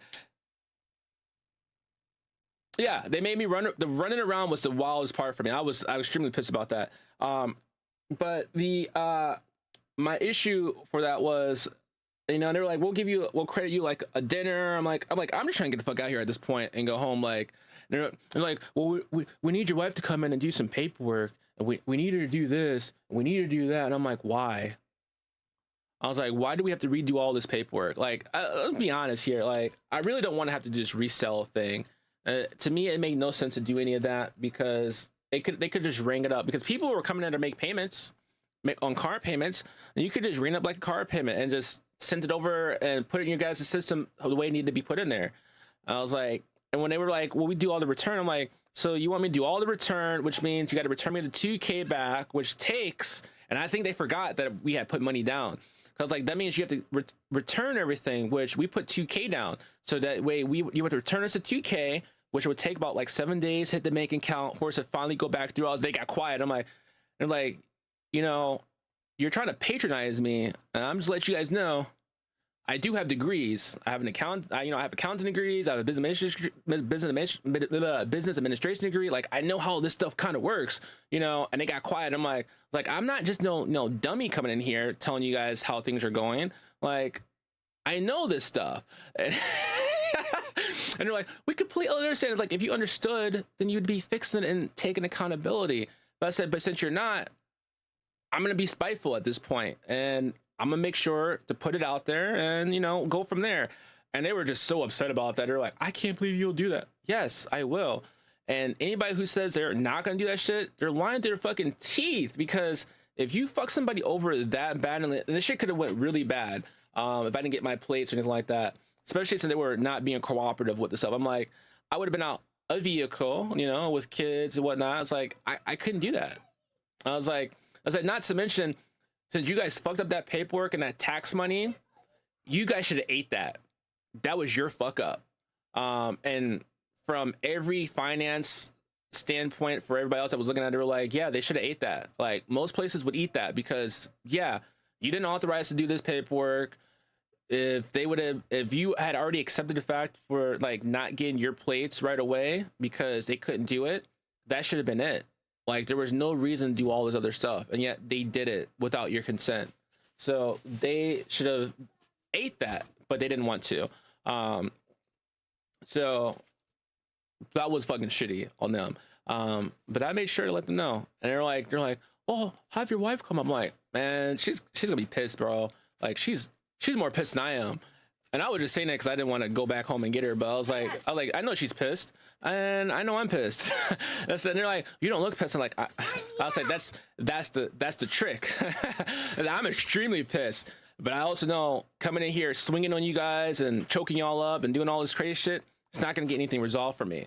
So I'm here calm, handling this stuff, probably a lot calmer than most people would be. But only reason why, because I know that I'm right about these situations. And there's no reason for me to step out of pocket when I know I'm right about something that you guys aren't holding, you're not trying to be accountable for. And I was like, you guys just got to figure it out. I said, if this is how you guys conduct business, this is very wrong. I don't know how you guys are still running if this is how you guys do business on a regular basis. Like, maybe not enough people are complaining about you guys. But I will complain. I will make a spectacle because I am spiteful when I need to be. For sure. You gotta be. Especially when you have people that's intentionally trying to screw you over. Like, legit, that don't even, it sound more like the dude who was quote unquote trying to do you a solid was more trying to line his own pockets, because I'm pretty sure he gets some level of compensation for giving that state tax exemption or whatever the fuck. I'm pretty sure that's the only reason why he was doing it. I'm pretty sure too. And I part of me was like, and the worst part was listening to the other salesperson tell me like how they were trying to pin all of it on the salesperson, and then the salesperson was trying to pin it on them. I'm like, yo, that goes to show you there's no cohesionness whatsoever there. Yeah, I don't have no kind of dialect between the two. Yeah, I was like, you're not trying to back your salesperson whatsoever, nor are you trying to hold neither one of each other accountable. I was like, you guys both fucked up on both ends. Like, I was very straightforward what I wanted to have done and how I wanted it to be done. I left no room for error whatsoever. The fact that you guys still fucked that up and you're pointing fingers at each other, we have a big problem here. And the funniest part is when they were bashing corporate at the location. I was like, the fact that corporate tells me to come here and do stuff and you're disagreeing and telling me that corporate doesn't know what the fuck they're talking about. Corporate. And I get that corporate your checks. I was like, I get that corporate, is a bigger thing, and they're out of the loop sometimes of how the inner workings go at certain locations. I get that, but they're still corporate. Like, if corporate tells you to jump because you're part of that corporate, corporatization. Yeah, underneath that umbrella, yeah. Yeah, you'd be like, how high you need me to jump, motherfucker? like, let's get this done. That's what they should have been like. But they're like, nah, we don't care. Like, they weren't offering up the rental and none of that stuff. I was like, this is fucking wild. I was like, I had no choice but get it done.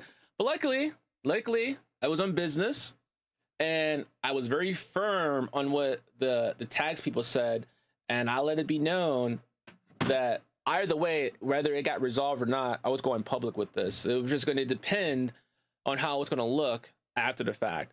Now, mind you, yes, at the end of the day, we got the car done, whatnot. Am I happy with them? Absolutely fucking not. Am I okay with that? The stuff's finally taken care of? Yes, because now I don't have nothing to worry about with the vehicle at the moment because it's registered the right way. But for me, I told the corporate person, like, my vehicle was registered the wrong way. Everything was registered the wrong way. So for like a month, I was driving a vehicle with temporary plates on that wasn't even registered properly. I was like, and that's the fucked up part about it. I was like, here's one. The tags office, when I went to go get the tags the first time, the temporary, they're like, you have a temporary that goes until November 14th. I'm like, no, I don't. The one on my vehicle expires the 17th of December. And they're like, well, there's another one here for you. I'm like, I never got it. And then she said, and she was like, it was an S on it. I'm like, yeah, that's the another out of state one. She was like, yeah. And then that's when she looked up and realized that the dealership on the paperwork, that they were supposed to put my address for it, even though they had like all my IDs with all the addresses and whatnot on it, and they didn't put any of my address. That's when they decided to put their address for their business on my temporary tag. And the tags office was like, why did they do that? That's very unprofessional. That's not how they're supposed to do it. I'm like, I don't know. You're asking the wrong person. What if they was trying to set motherfuckers up? Conspiracy time. What if they're trying to set motherfuckers up with the well, you know what, you drive off in this car, and if we decide, hey, yeah, we gonna register this shit stolen, or if anything happens, it'll get brought right back over here instead of it being. And that's why I drove around in that vehicle with all paperwork to show that I bought that vehicle. I made sure that I keep it in the glove box until I get my actual plates. I'm not playing any of these games. Yeah, I don't blame you, because that's some bullshit. Let's see. Yeah, bro, it was something. I ain't never been so pissed. Like I don't know if you ever like see someone when they get pissed and you can see like the rage building up, like they're about to explode, and then you see that person like just containing it, and you're like, oh shit, he's going to explode, and you're like, I hope I'm not the one he explodes on. Like you can just see it in my face, and I know every time they talked to me and I took a deep breath, I think they were expecting me to like yell at them, but surprisingly I was able to keep my composure with it, and and I thought it was gonna be a lot harder because I do have anger issues, so I thought it was gonna be a lot harder than possible to do. I was actually impressed with myself that I was able to keep my composure the whole time. And when I just kept laying facts out, like I wasn't given no room for error. Everything they told me that was wrong, I rebutted it with something of actual facts. And they just got quiet and looked at me. I was like, you're telling me something, and then you're agreeing to what I'm saying, but at the same time, you're trying to backstep. I was like, you're trying to backstep from it and like make it seem like it's something that happens on a regular basis, when that's not. I don't know anybody who goes to buy a car and has a salesperson automatically tries to fill out paperwork to remove paperwork from a vehicle that they're not traded in. Like I've never seen that happen before. I was like, and I told him, like, I've worked at a dealership before. I've seen the inner workings of dealerships and how this shit works. Like I'm not brand new to this shit. And they're like, oh, you did? I'm like, yeah, in Chicago, where I'm from. I worked at a dealership. I was a service manager, buy shop manager. I've seen this shit. I've seen the workings on the inside. Hell, when I go visit my pops from time to time, and he's at work, and I went to work with them, and they were like, yo, you're here. I'm like, yeah, I'm visiting. They're like, can you help? Yeah, I have no problem helping. I'm here. No problem. Like, nothing, because I know the inner workings of most of this shit, so there's no fucking problem. But at the same time, I'm not gonna let someone walk up to me and just look at me and assume that I don't know shit and think they're gonna pull a quick one on me. Absolutely fucking not. And I like to play dumb. I'll play dumb to the fullest. I will act like I don't know shit and let someone think they got the upper hand until the last minute. I will do that because I was always told, you ain't always gotta let everybody know everything you know. Sometimes it's good to sit quiet and just watch and wait for your moment. And that's one thing I do like to do. Sometimes I like to just sit quietly and just wait. And just wait for the right opportunity.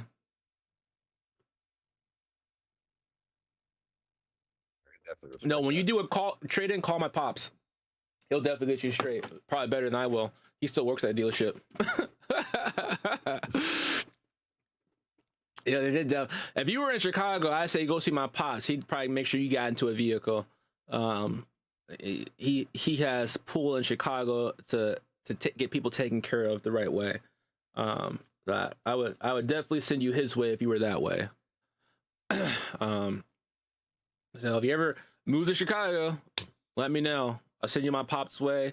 He'll get you taken care of. There was something else that we wanted to talk about. Oh, did you watch that video yet, bro? I know, but that, the 3i. The 3i? Which one? Yeah, the one with CERN and the portal shit. Yeah. Yeah. You ain't seen that one before? Nah, I watched it when you once you said, oh yeah, I sent you some shit. I bet you didn't see it.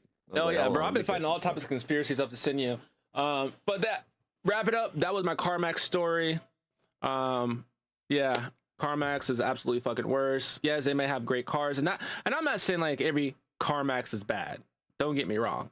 You know, not every CarMax is bad. Just like not every cop is bad, and just not like every black person's bad. You know, you have a few bad seeds here and there. You know, and you know, they always say a few bad seeds ruin it all for everybody, but it's not the bad seed. It's more like the mode that grows on it later on after, you know, matures from being a seed. That's what's bad. So, and that's like probably like the worst analogy, but you guys fucking get it. Yo, yo, I can't. This nigga, sound like a bad analogy. Nigga, wait, how you? Wait a minute. No, you know, it's like one bad seed ruins it all. Or no, it's one bad apple ruins it all. Yeah, which is ruins true. a bunch.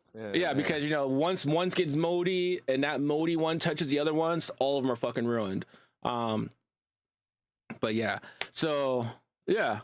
Oh, my pops is chiming in. He said, "What do y'all think about these marches and Donald Trump trying to be a dictator and ICE in all these cities?" Marches. I don't know anything about the marches. Yeah, the dictators in the city. I mean, dictator overall. Yes, he's been on that kind of tear for a little minute now. With the ICE thing, you know, yeah, you keep on allowing these Gestapos to pull up and be on some bullshit. That's all right. That's cool. But don't be surprised when motherfuckers decide you say, you know what, since y'all want to play with me, we gonna play with your lives now, and they start earthing ICE agents that's trying to grab them randomly. What happens then? What happens when it becomes a civil war because y'all niggas want to just keep on kidnapping people and thinking that shit is okay, regardless of whatever you think is nigga. They here, they made it here legally, illegally, whatever way you want to look at it. Guess what? They still here doing the jobs that a lot of us Americans overall don't want to fucking do. But you Yeah. keep on sending them to kidnap these people. Don't be surprised when some of their lives get taken. And I'm not saying that as a mother, like, oh yeah, I'm wanting that to happen. I'm just saying, don't be surprised, because people gonna fight for. Hey, you're not about to just take me away from my family, my actual chance of having opportunity to become something better. Versus in my country, honestly, is ruled by fucking drug lords and shit. Like, what the fuck do you expect? They ran for a reason, motherfucker, and I'm pretty sure it wasn't just. Hey, you know, I just want to go to America. Nah, them motherfuckers probably running from them dictators trying to catch a body. I was Fuck like that. reading the message my pops just put while you were talking, and I had to go back and reread. I was like, I was having a dyslexic moment. And I was like, titties. I was like, no, he means cities. And You Reptile picked stupid. I was like, I read it. I like went back and I was like, let me use context clues. I'm thinking he means cities because I think he's speaking into his phone as faster.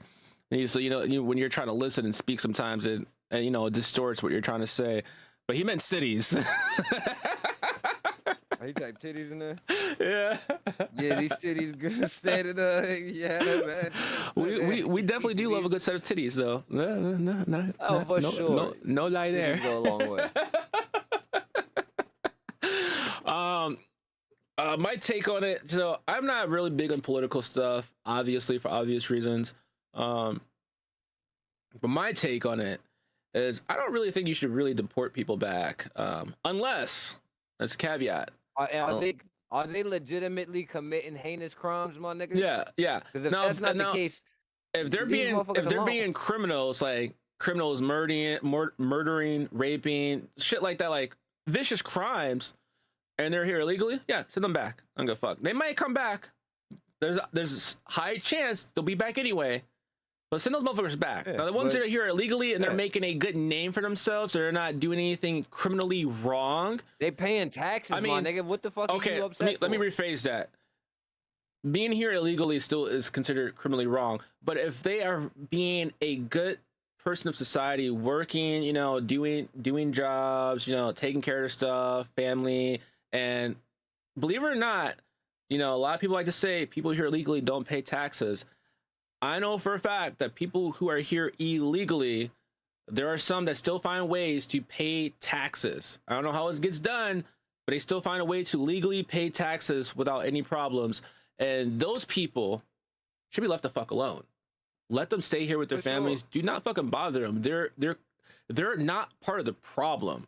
Let's make that clear. If they're working, like, why people, you know who the real problem is? These fucking domestic terrorists that y'all keep on claiming as the good old boys and shit like that. Yeah, those motherfuckers, those need to be the ones that get the fuck up on. Well, those are motherfuckers that need to be deported. Yeah, those guys too. But the real problem are the ones who aren't working. So, like, one thing I don't agree with what, like, I see with the ICE people is, like, they're going into jobs and they're pulling people out. They're pulling people out who are working. They're throwing them away, and they're like, "Oh shit, the workforce is going bad." And I was like, "Oh, that's opening up more jobs for people." You mean for people who didn't work it there to begin with because they didn't apply for those jobs because that's not their fucking cup of tea? Like, just because you took some people who are working, honest working, mind you, they may be here illegally to your standards, but they're working. They're being a good person of society, quote unquote, and they're doing stuff. Leave them the fuck alone. Like, honestly, like, they were out like committing a crime, like robbing somebody, shooting somebody, and you caught them. Yeah, grab them, snatch them, do what you gotta do. But motherfuckers are here just waking up 6, 5 o'clock in the morning, kissing their kids, you know, wife, whatever it is, whoever their loved person is, you know, their pets, whatever, and they're going to work when they're working, and then they're coming back home. Why is this being modded? Dumb is not. I'm gonna try to prove this, but for some reason an auto mod stopped this. And we're gonna see, Reptar, if you get muted, it's not my fault. I'm gonna try to prove it though. Because I don't think dumb's a bad word. I don't think dumb's a bad word. I don't know why it got flagged. Like, I don't understand that. Dumb is not a bad word. But those people who are doing what they're supposed to be doing, and, you know, besides the fact of them being here, you know, quote unquote illegally, if they're still doing their stuff, taking care of their families, paying bills, being a good member of society, minus that one little factor, leave them alone. They're not hurting nobody. They're taking out jobs. No, they're not. They're taking a job that you didn't want to begin with. Like, what are we talking about? That's like, it. when you look at landscapers and you say, "Oh, there's a lot of Hispanic landscapers out there." Blah, blah, blah. There's a lot of white Hispanic landscapers out there. There's a lot of black landscapers out there. Nah, but you know why? We did that shit already. We had our time. We did it for free. Yeah, So, no, but still, we're not doing that. if shit they're no more. willing to do something that someone else is not willing to, it's like, if they're willing to do something that no one else is willing to do, why stop them from doing it? They're still contributing. Your grass is still getting cut, right? Your grass is still getting cut, right? Mind you, it can be from Julio, but it's still being cut. He's doing a fucking good job, right? Leave him the fuck alone. Like, leave him the fuck alone. Martin does not deserve your bullshit, bro. Leave him alone. Like, leave him alone. If he's doing I will say this though. I know to the Hispanic community that voted for Donald Trump, and for him to turn around and be like, "Nah, get the fuck out of my country," I know that shit got to be the biggest slap in the face of 2025. Cause ain't no way you still feel like, yeah, you know what, fuck it, let him deport all the people that's here, and then you end up on the block. But you was born here. Yeah. But he still be like, nah, you need to go back the way you came from. No, that Like, is the shit that some be killing me bullshit. though. That is the shit that kills me. And bro, it's like the fucking Super Bowl thing, bro. It's like Bad Bunny. Bad Bunny's Puerto Rican, right? Last I checked, Puerto Rico is territory of the United States, which means that anybody that's born in Puerto Rico is considered American. Like, the fact that idiots, and I'm gonna call them idiots because that's what they are. That's all right, what they are. don't do their research to look up where he's from, and you look up he's born in Puerto Rico, that means he's fucking American. Like if you go to Puerto Rico, you would see a U.S. post office there. So shut the fuck up. He is American. if you can't figure it out, go get an when enema. they say that Like- shit, when they say that shit, they looking for a specific color of skin, not a particular person, like a race, like okay, well you're American, but you're not white American type shit. That's when they say American, they mean just white. They don't mean anything other than that. You know, Because everything else got a tag next to it. facts. Everything else is hyphenated to some degree.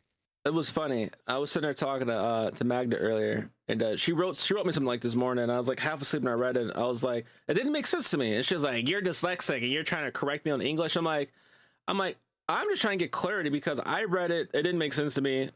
And yes, I may be dyslexic, but if you send me gibberish that I don't understand, I'm going to ask you. It's not like I'm trying to poke fun of you. I'm just trying to get clarity on something, right? Mm-hmm. And I lost my train of thought already that quickly. Magda sent you something in the morning that you wanted. No. Okay. It was connecting to something you had just said, but I lost it already. It's gone. It was in and out, just like that. I get it. And I'll probably remember it later when we're down the pod, to be honest. That's usually how it goes. Yeah. Usually how it goes. But I mean, there are Americans here though who don't speak a lick of really good English, myself included sometimes. But they're like, oh, that's what it was. When people, okay, so growing up, being mixed, and everybody's like, oh, what race are you? And most people used to say back in the day, before people really got educated on this stuff, they're like, I'm white, I'm black. They're like, oh, that's cool. But when they're talking about race and nationality, they're talking about when they're talking about race, they're talking about nationality. Typically, most people, when they're like, "Oh, where are you from?" Or they say, "What race are you?" I'm American. No, like, are you like from the Philippines? Are you like from America? And they're like, "Oh, you mean my ethnicity?" That's what you want to know. And you're looking like, no, your race. No. and for me, like being dyslexic, right? That's like one of the few things I do understand the concept of is like ethnicity and race. And every time I don't correct people often because I do a lot of fuck ups, but when I do, sometimes I'm like laughing about it and everybody's like, oh, you want to correct me? No, you're English major. I'm like, yeah, and everybody's like, you're an English major. Like, no, it's just one of those few things that I actually know the difference between. And it's not knocking people because a lot of people don't realize that those are two completely different things. A lot of people, for some reason, I don't know where the confusion was, but a lot of people assume that those are both meant to be the same thing, but they're different. Your race, nationality, that's like, if I'm not mistaken, we're like, you're American citizen, you're a Polish citizen, you're a European citizen, like that. What your birth certificate says, your passport, that's what those categories are for.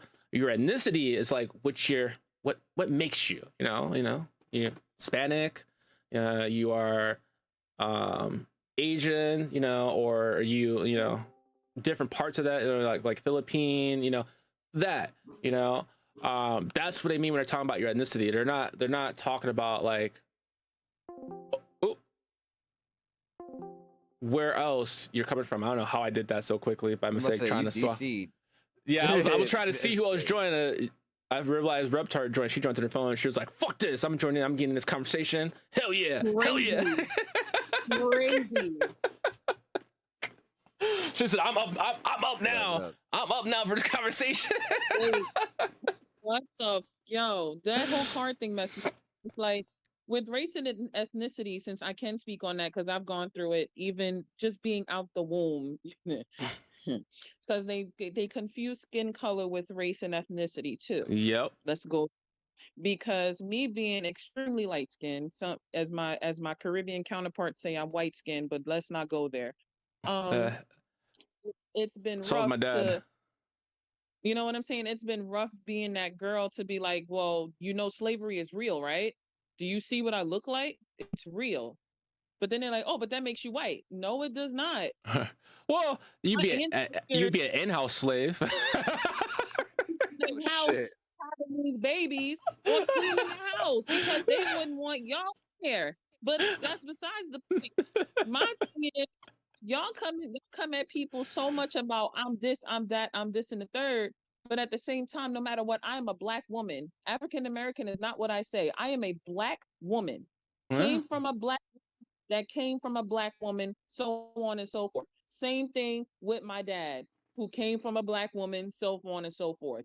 There is I'll let you know no I'm dating. tra- there is no trace of anything that you see on my skin that's in my blood. I've checked slavery reports. Shout out to Ancestry. I was able to do the test. I have none of that stuff in my stuff. All my slavery reports came back as mulatto because of my skin color. All my family came out light skinned because of the slavery. Yeah. Yeah. And this race and ethnicity stuff, like, oh, I'm That- not black, I'm Trinidadian. Oh, I'm not black, I'm Jamaican. Oh, I'm not you're still black. What are we Nah, talking for about? sure. Yeah. I What are we definitely don't talking understand about? I'm not black. You know, but they you're still only black. come And together when it that's benefits them, though. If you ever truly but look at it. that division alone. I'm sorry, I didn't mean to cut you off, and I No, apologize. Like that you were division muffled for a minute of there, so that's why. Oh, I'm so sorry. Like the division alone is causing our own minority groups to be divided Yeah. from race, ethnicity, and skin alone. That shit pisses me off every freaking day. And if the mods want to be mad about what I'm saying and mute me, please do, because I'm gonna get real ridiculous. Like at What this mods? point, we are still black under Nigga, the only- same. I'm in here. What are you talking about? Like, what mods? I was like, wait, What are you what? talking about? I'm in here. We are still going to be seen as a minority together. There is no separation. Yeah. There's no separation. They're snatching these people the same way because we are all under one minority. It's them, then it's us. That's it. Yeah. I don't agree That's with it. you They there. don't care what, because you are not one color, that they are considering themselves a minority to be this. Oh my God, I'm a minority now. No, you're not. You never was. You came over here with slaves. Stop talking to me. Stop it. You know, You I had was my sitting, family on your back. Like, stop it. there thinking the other day, you know, because Columbus Day just went by, and I was sitting there thinking, like, of all the controversy around Columbus Day, right? And like this woke, you know, culture that we live in today. Everybody's changing everything for everybody, you know, trying to appease everybody, you know, whatever community you belong to, which we're gonna get into that in a bit. But the yeah. I was doing research on looking at on some of this stuff, and you know, it's not just like, you know, like you were saying, like, come together, you know, we're black, you know, come together. That is not the only issue. Sometimes I've noticed the bigger issue is actually on a woman's standpoint of it, because women, not all women, but most women, I've never realized this. I was listening to something on the radio, and you know how women say, oh, you know, we women got to band together, and then next thing you know, most of them sometimes when they try to band together, and it's, you know, same thing with the ethnicity groups, when they band together, it's okay, white women, and you know, you have your black women, Latino women, and they all segregate themselves. And then there's that conflict that they have that shouldn't even be an issue. And so, oh, I don't like this person. And I think a lot of it's jealousy. I say, I don't like this person because, you know, she's Latino, she's loud, you know, she does this and that. I don't like this. And one of them was like, I don't like this woman because, you know, she's black, she got a booty and this and that. And the guys look, and then the white girl, then they hit on the white girl, like, oh, I don't like this woman because they're taking all my black men. The black men you didn't want? But the black man you didn't want, you mean the guy who tried to holler at you, you shut down, and then you got mad that he walked over, found someone else, talked to them, a different ethnicity. She looked and was like, you didn't want him? I'll take him. She took him. You're mad that she's with them and they're dating. I think Nah, one that the that shit the that shit is jealousy, bro. hilarious to me. I'm not gonna front. No, but It, it's it like the legit. jealousy though. It legit. No, but the fact of how legit it is that you'll hear oh well, they were weak anyway. They dating all the white women, but they were actively trying to date you and women like you, but they were not street enough. They wasn't tough enough. They wasn't hood enough. They wasn't whatever the hell you consider it, because that's not your particular cup of tea. But now this person, somebody entirely different, of a different race, decided, you know what? I like this person. I like what they offer. I like what they're about. They're interested in the same things that I'm interested in. Yes, I happen to be one race and they happen to be another, or one ethnicity, there's whatever. Hey, but you know what? Fuck it. We're gonna make it work out. And they Yes. actually decided to push it through with that person. But now the women who didn't want him, denied him, and disrespected him and all of that shit are now, oh well, why are you dating that white girl? Well, I was trying to date you, but you Right, yeah. just didn't want to fuck That with was me. corny. I wasn't. It was I was a corny, cornball. bro. No, I was a let's lame, a loser. So Gigi, I got a question for you. These women fuck with me. All right, I got a question for you because I saw an interview on this. Yeah. All right, let's say you're going on a date with somebody, right? And this person's doing all gentleman-like, opening the doors. It's raining at this point. It's like, oh, you want to get wet? He stops and goes to a gas station to buy you an umbrella so that way you don't get wet.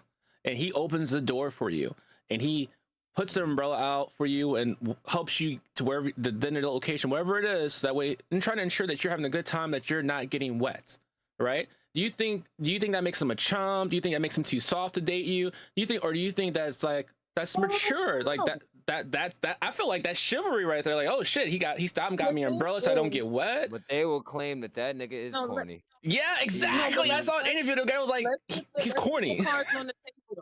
Let's put the cards on the table. I'm saying it because as a person who knows what that chivalry looks like from dating even regardless of the situations you have with the male figures in your family, I still was treated as such. I was given the first acts of chivalry from the men in my family. That is missing. That is missing greatly because a lot of us don't have that home training of what that chivalry looks like. There's some of us that do have it, but did not voice that opinion of, oh, I think this is the most corniest shit ever that I've seen. Yeah. But because of the fact that there's no home training behind it to get the do's and don'ts of what to do when you're with someone that's not your family, this is where we are, which hence makes corny females out here. I'm saying for myself, I am not the corny female. Please open the door for me. Please make sure I don't trip on a step with a heel on. Please make sure I get in the car and not bump my head because I am taller than most cars. Like, please make sure that I'm good. I appreciate that stuff. And that is a rare thing. What do you want to do? I'll pay for your next dinner. Like, what are we saying? What are you talking about? And that's a rare thing to see. It's weird. It's weirdo energy with these people, and they're making it so that women like me who appreciate that stuff get the toxic niggas that don't do it anymore. It's unfortunate. And it's crazy because they want those toxic dudes, and once those toxic dudes run through them, they're going to the nice guy, and the nice guy's like, "Yeah, I was there. You said I was corny. You didn't want me. Now that you got like 3 or 4 kids and whatnot, you trying to circle back? Nah, you're wasted goods now at this point. Like, I was there trying to do the gentleman thing and be there for it. And it was like, oh, second chances. Yeah, what about me? You didn't even give me a chance. Right. You want a second chance? Right. That's all under the promotion. Like, what happened to the first one? That's all under your promotion. That's what you promote. Yeah, because at the end of the day, I feel like if we all was just honest with each other, even if the truth hurts, this would save a lot of mental and create healing in a much faster way. These people are not healing because nobody's telling the truth. You're just doing it because you see a dollar. You only seen it because it's happening. You're only doing it because, oh, I'm getting attention for now, but don't mean I want this man now. Oh, I don't want this female now. So it goes both ways. My thing is, please be honest with people. I am so honest with you. I'd be like, look, I appreciate you for the person that you are. You may not be for me, but I know you'd be great for someone else. As long as that card is Yeah. on the table, it won't hurt nobody's feelings. I blame It's the up to you to culture. now take I to also take that think initiative because I was on. I blame the The- culture. the conversations that are had. So, me personally, I believe if you reject somebody, right, and that person not upset with it, but there's just curiosity. Like, all right, you don't want to date me? That's fine. May I ask why? You know, I'm like, what's wrong with me? And a lot of people's like, oh, how dare you ask that? No, it's clarity. Like, well, if I'm not a fit for you, let me know what I did wrong, because some men, they want to know. They want to know what was wrong, or what was wrong with their approach. I So they- fix it. type Yes, shit. so they can evaluate themselves, and when they come back to somebody Right. else new, it can be either fixed, or they can look at them like, okay, well, this person just didn't appreciate, the gentleman I was. Because sometimes it's like, oh, this is not going to work. Why? Oh, you're too corny. You open the door for this. Like, being a gentleman? You mean doing things that you should have done for you because it's like the right thing to do, opening the door, doing stuff like that chivalry shit that you think that's weird that I'm doing, so that's why you don't want to talk to me, because it weirds you out because you've never experienced someone to actually treat you and value you. Okay, that's Sorry, cool. my nigga. I watched But- my pops treat my mother right. So I tried to do the same shit that I saw my father do. It put a smile on my mother's face. Exactly my point. I didn't Like, know. yeah, when you do that, shit was gonna but be when a someone thing hits that you with turned that, you off. the negative part of it, what do you do then? Do you say, okay, let me just treat every woman like a dog? Because at some point, so they always say, oh, men are always dogs. No. Men aren't born No. dogs. Sometimes men evolve into dogs, nice men at that. Sometimes nice men evolve into dogs when they get tired of finishing last all the time. And it's a sad thing. And it's like, oh, just man up. No, after a while, you get tired of taking L's. So then if you can't It's beat also them, what's you popular. join them. You join them. And they're like, and not all men will stay in that form. Some of them will do it and they're like, that's not really me. I tried it. It wasn't it. They go back. They resort back to their original self. Then you have some that'll do it and be like, alternative version of that person. yeah. But Like a And then- middle ground version where you're a dick to some degree, but you're not a dick where it's like, oh, you're insufferable. It's just enough where it's like, all right, you're mildly hilarious or a bit of annoying, a slight Yeah. nuisance, but a nuisance that I can tolerate. And Kind what- of thing. But then at the same time, with this creating the asshole after not, after being told they're corny, the girl that is emotionally available and ready to have it, they find her. And then Yep. it's like, oh, I don't want to do nothing with you. I just want to fuck. And I'm like, okay, well then you go fuck the world. I'm gonna stay in my bubble. Oh, but I like you. No, you don't, because you're not available for me. yeah. Go heal. Yeah. And vice And that, versa you know what? for- And that's be a problem for, sometimes. that man. You know what I'm saying? Same thing for the female to the man. If she's over there like, oh, I'm good. I want to do this, and this, but I like that you're giving me the eye. He has every right to tell her, no, I'm here for X, Y, and Z. I'm not here for that. Yeah. So again, it goes back to the communication of being honest and not playing people. We so quick to play people according to this culture and the fast hands of social media that's made it so hard for people that are good. And I consider all of you good people, that we can't even find somebody for ourselves. I mean, Zone is lucky; he's married. But I'm saying at that point before marriage, it had to be a journey. So Yeah. it's not. I was a it's- hoe. I'm it's not gonna lie. It's I was. not a thing. I was a was. hoe, I'm It's not not- gonna lie. I was. No secret there. Goddamn. It is what it is. I was military. I was definitely holding the military. Not gonna lie. No secret. Some of those stories. Whoo! But I felt that. It's just, but now we're in the space where people that are married or engaged or in a long relationship are now calling your phone talking about something. I want to be with you. I said, you had your chance, sir. You Yeah, picked someone else to get out. You stopped talking to me. You being weird to me, and now you asking me while I'm being weird to you. Stop the shenanigans. You're not going to shenan again. Absolutely not. No. one of the things I saw that I thought was hilarious at one point was there was this fuck, I lost it again. Damn. No. So You can accomplish your points and missing a man. Yeah, no, the mind of ADHD and dyslexia, unfortunately. Hold on, give me a second. I was reading something that my pops had said too. That's fine. And I think that's I what mean, my that, phone that's what I have to like went out. sparked the that. interest on me. Let me read back what he said real quick.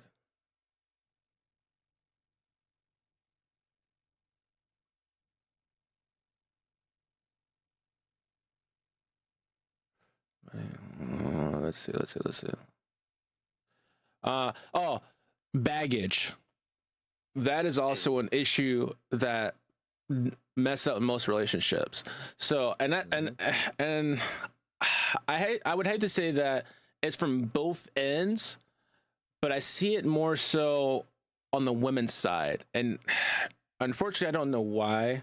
Nah, I'm not going front. As a man, I can honestly say it happened. It definitely comes from both. Well, yeah, It can no, definitely be from both sides. well, not from his question. I'm talking about when I say baggage, I'm talking about like, okay, let's say you're dating someone, right?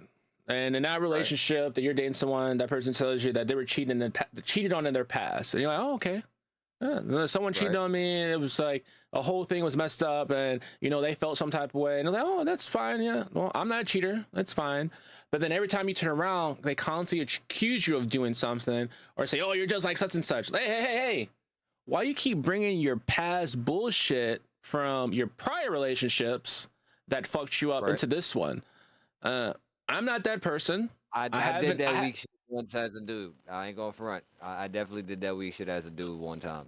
Yeah, but still though, it's like when you're trying to move positive in a person, when the relationship, and someone's trying to push a relationship, and you're actively going, what the hell is this? Actively doing it, and you're doing what they're supposed to do, and you're doing what you're supposed to do, and everything's happy, and then that one thing that goes wrong is, and they revert to, oh, you're just like such and such from like 6 years ago. You're all men ain't shit. No. Stop that right there.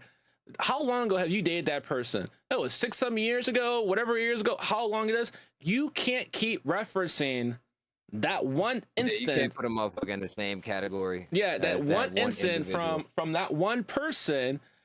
Every time something goes wrong, you can't automatically say, oh, you're just like everybody else, and this. You can't do that. I'm not going for it. Believe it or not, that will kill a relationship. That will kill a relationship harder than anything. Relationship. That shit, after, like, if you constantly saying that shit, it starts to come across as you're projecting, like, this what you're is what doing you're wrong. doing, and now you're trying to find a way of, hey, yeah, well, I think you're cheating.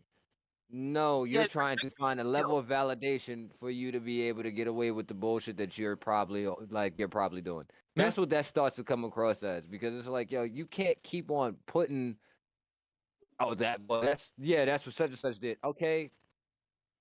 Yeah, you can make people lose interest. When was the last time you saw that motherfucker? You can drive someone into doing what you're accusing them of doing at that, because after some people, at some point, their minds, if you're constantly accusing someone of doing something, and you're like, yeah, I'm not fucking doing it, but if you're gonna keep fucking blaming me for doing it, I might as well go ahead and do it, so that way I can be like, yeah, I did it. I finally did it. Yeah. But at the same point, then you go into that cycle. They're like, I knew you were just like that person. No. And you're like, really? Like, you pushed me there. That's exactly what that would do, though. It's like, you pushed me there. Don't have a brain. There's really insecure people that don't have a brain, because their projections on you are shit that they have going on for themselves. Yep. Be bad or good or different. They don't even matter no more now. Now it don't matter. But they used to be like, something bad happened, they projected on you. Something good happened, they supposed to elevate you. But at this point, they just doing everything under the book with no explanations occurring. So, people are like, oh, I know you're friends with this person, but I know y'all fucking. Excuse me? Yeah. Like, what are we talking about? To the point where it's like you're out here proving yourself every day to people that don't matter. Yeah. I had to stop that the hard way. Once I found my niche of people that know me outside of my family, that rock with me, have my back, I have theirs, I'm not gonna prove shit to nobody. This goes as far as my place. My workplace respects who I am. I'm talking about after school. Shout out to my after school team. They respect who I am. They know who I am, and they proceed as such. And I do the same for them. Yeah. If we are able to find those people, and then at some point find the love of our lives the same way, do you understand how much you don't have to prove to people? Why do you think people just drop pregnancy pics and sign off on Instagram? They drop their marriages and sign the fuck off. They drop their this is my girlfriend I'm dating for however long, or whatever you decide to do with your life, and they sign the fuck off. And the going meme is the Skype calls start coming in your phone like, oh, this is who you pick? Yeah, bitch, Mm. because you ain't doing shit and you ain't picked me in the first place. So you're picking me for this person. Yeah. So I once mean, so people are there and you already have done your work to show them who you are, here comes the validation afterwards. I know I sound like I'm preaching on here, but my motto for 2025 was validation. And trust and believe me, since January 1st up until December 31st, validation is already kicking in. And we are about to hit November soon. So just know there's people that respect you, even ones that don't have the courage to tell you, but they respect you by how they move in front of you. Just movements alone will tell you what's going on. So at mm, that point, I had to learn the hard way of I don't need to prove nothing to nobody. And I'm still yeah. learning that. But I'm learning it in a positive light of I built up enough peace to walk away. And that's keeping it a buck right then and there. You've built up enough peace for yourself to walk away. You don't got to say nothing to nobody. Yeah. Between you and Jesus, that's it. If you believe, between you and Jesus is the conversation. That's it. That's it. Exactly. I think it's That's it. like the dumbest thing, in my opinion. So let's say you're in a relationship and you're going through stuff and you're like, oh, I need some advice.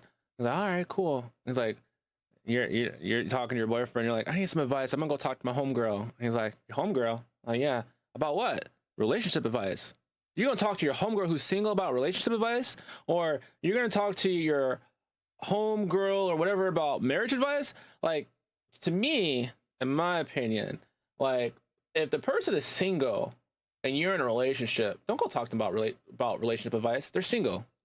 Like, It ain't really much. I mean, especially if you've known them for a while and you know that they've kind of always kind of been single. What kind of real solid advice are they giving you for your relationship? Because if you checked, if they've been single the whole time, how are they going to give you some good constructional, good, solid relationship advice? Same thing with like marriage advice. Like, if you're married and you're like, oh, I'm gonna talk to my friend who's not married about some marriage stuff and hope they give me some good marriage advice stuff. What makes you think they'd give you some good marriage advice if they've never been married and then they're not married? Why would you go take advice from them? Like, don't take advice from people who aren't in the same boat as you. I would probably say when it comes to like those things, because if you take advice from someone who's single and you're constantly taking advice from someone who's single about your relationship, guess what? You're going to be single right along with them because they're going to give you some bullshit advice that's not going to work for you because they're single and they're giving you single person advice, not relationship person advice. There's a huge difference. At the same time, though, although you're absolutely right, I can't even deny that. There are a point in time, depending on the characteristics of said individual, that might be able to give you a different level of perspective that you may not be able to see. Granted, because they might not be in a relationship, but at the same time, they might be able to see certain things a little bit different. Like, now, I'm not saying that's absolute advice that you need to take. Not at all. I'm just saying they might have a different perspective than what it is that you may have at that particular time, because they may not, even if they're not necessarily trying to look in, it's just being that they have different situations and scenarios that they might have been a part of. They can give you, hey, well, maybe that's not how it was intended to be taken. Maybe they meant it this kind of way instead. Or, I mean, everything hey, could be left for interpretation. interpretation. Yeah. But if you're like, say if you're, go ahead. I was just saying, hence the creation of Dating with Reptar. Thank you all. Like this whole stuff right here, Dad knows. We talk about this all the time. It still goes by the people you have and who you did Yeah. not have to show valid. You didn't have to show yourself or show your ass to everybody. Yeah. If you have, like, for example, a lot of people do come to me about their relationships or marriages or what have you. I come to them and say, have you talked to this person yet? Did you voice this to this person yet? Are you going through the changes to fix it, or are you going through the changes to get it up to a level where it's compromisable? If you haven't done any of those steps, do not talk to me.